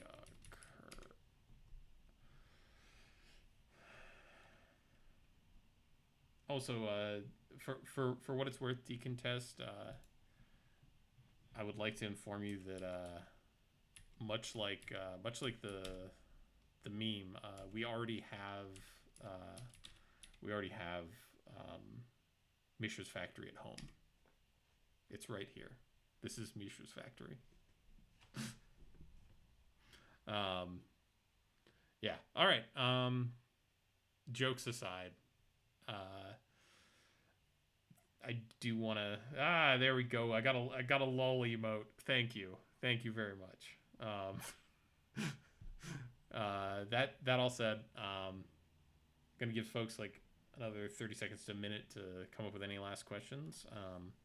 Hopefully we've been able to you know, answer a majority of questions folks had, sort of clarify a bit on some of these specific topics, but hopefully this was a productive session. Thank you. Yeah, no problem, Scotty. I feel bad that it just took us this long to get this together. I've been very busy. Fizzle's been fairly busy, and we'd rather just bring you a good one instead of a. We'd rather bring you a good Q&A rather than a Q&A now. I think it's the best way to put it. I think that's a fair assessment. we do intend to be timely Yeah. and just not always getting there. All right, cool. It looks like no more questions in the chat though. I do want to thank everyone for coming out. These are always super fun to do, even if it does take almost 3 hours of sitting. Any estimate for when you'll have a list together? I would say at least a week from now. I would just say that. I hopefully will be able to put something together. Not to explain too much of how the sausage is made, but this is an iterative process where we fidget a lot. So it'll all come down to me having time after work and us being able to kind of iterate on decisions. But yeah, hopefully within a week we should have at least a decent start, and I wouldn't say before next Saturday to expect it. All right, cool. If by chance the question that you're asking is how much time do you have to think about it and post your thoughts in Discord, uh, we will be looking in the Discord for uh, for at least the next and seeing what's going on. But we will start trying to come up with a list before we see comments. Um, you are encouraged to get them in and pester us beforehand. All right, cool. Yeah, I think that'll bring us to the end of the stream. Again, thank you everyone for coming out. Super fun stuff. Um, and for folks who didn't manage to see all of this, it'll be available as a VOD on the Popper Cube YouTube. We'll probably post about it in the Discord. Yeah, thank you so much.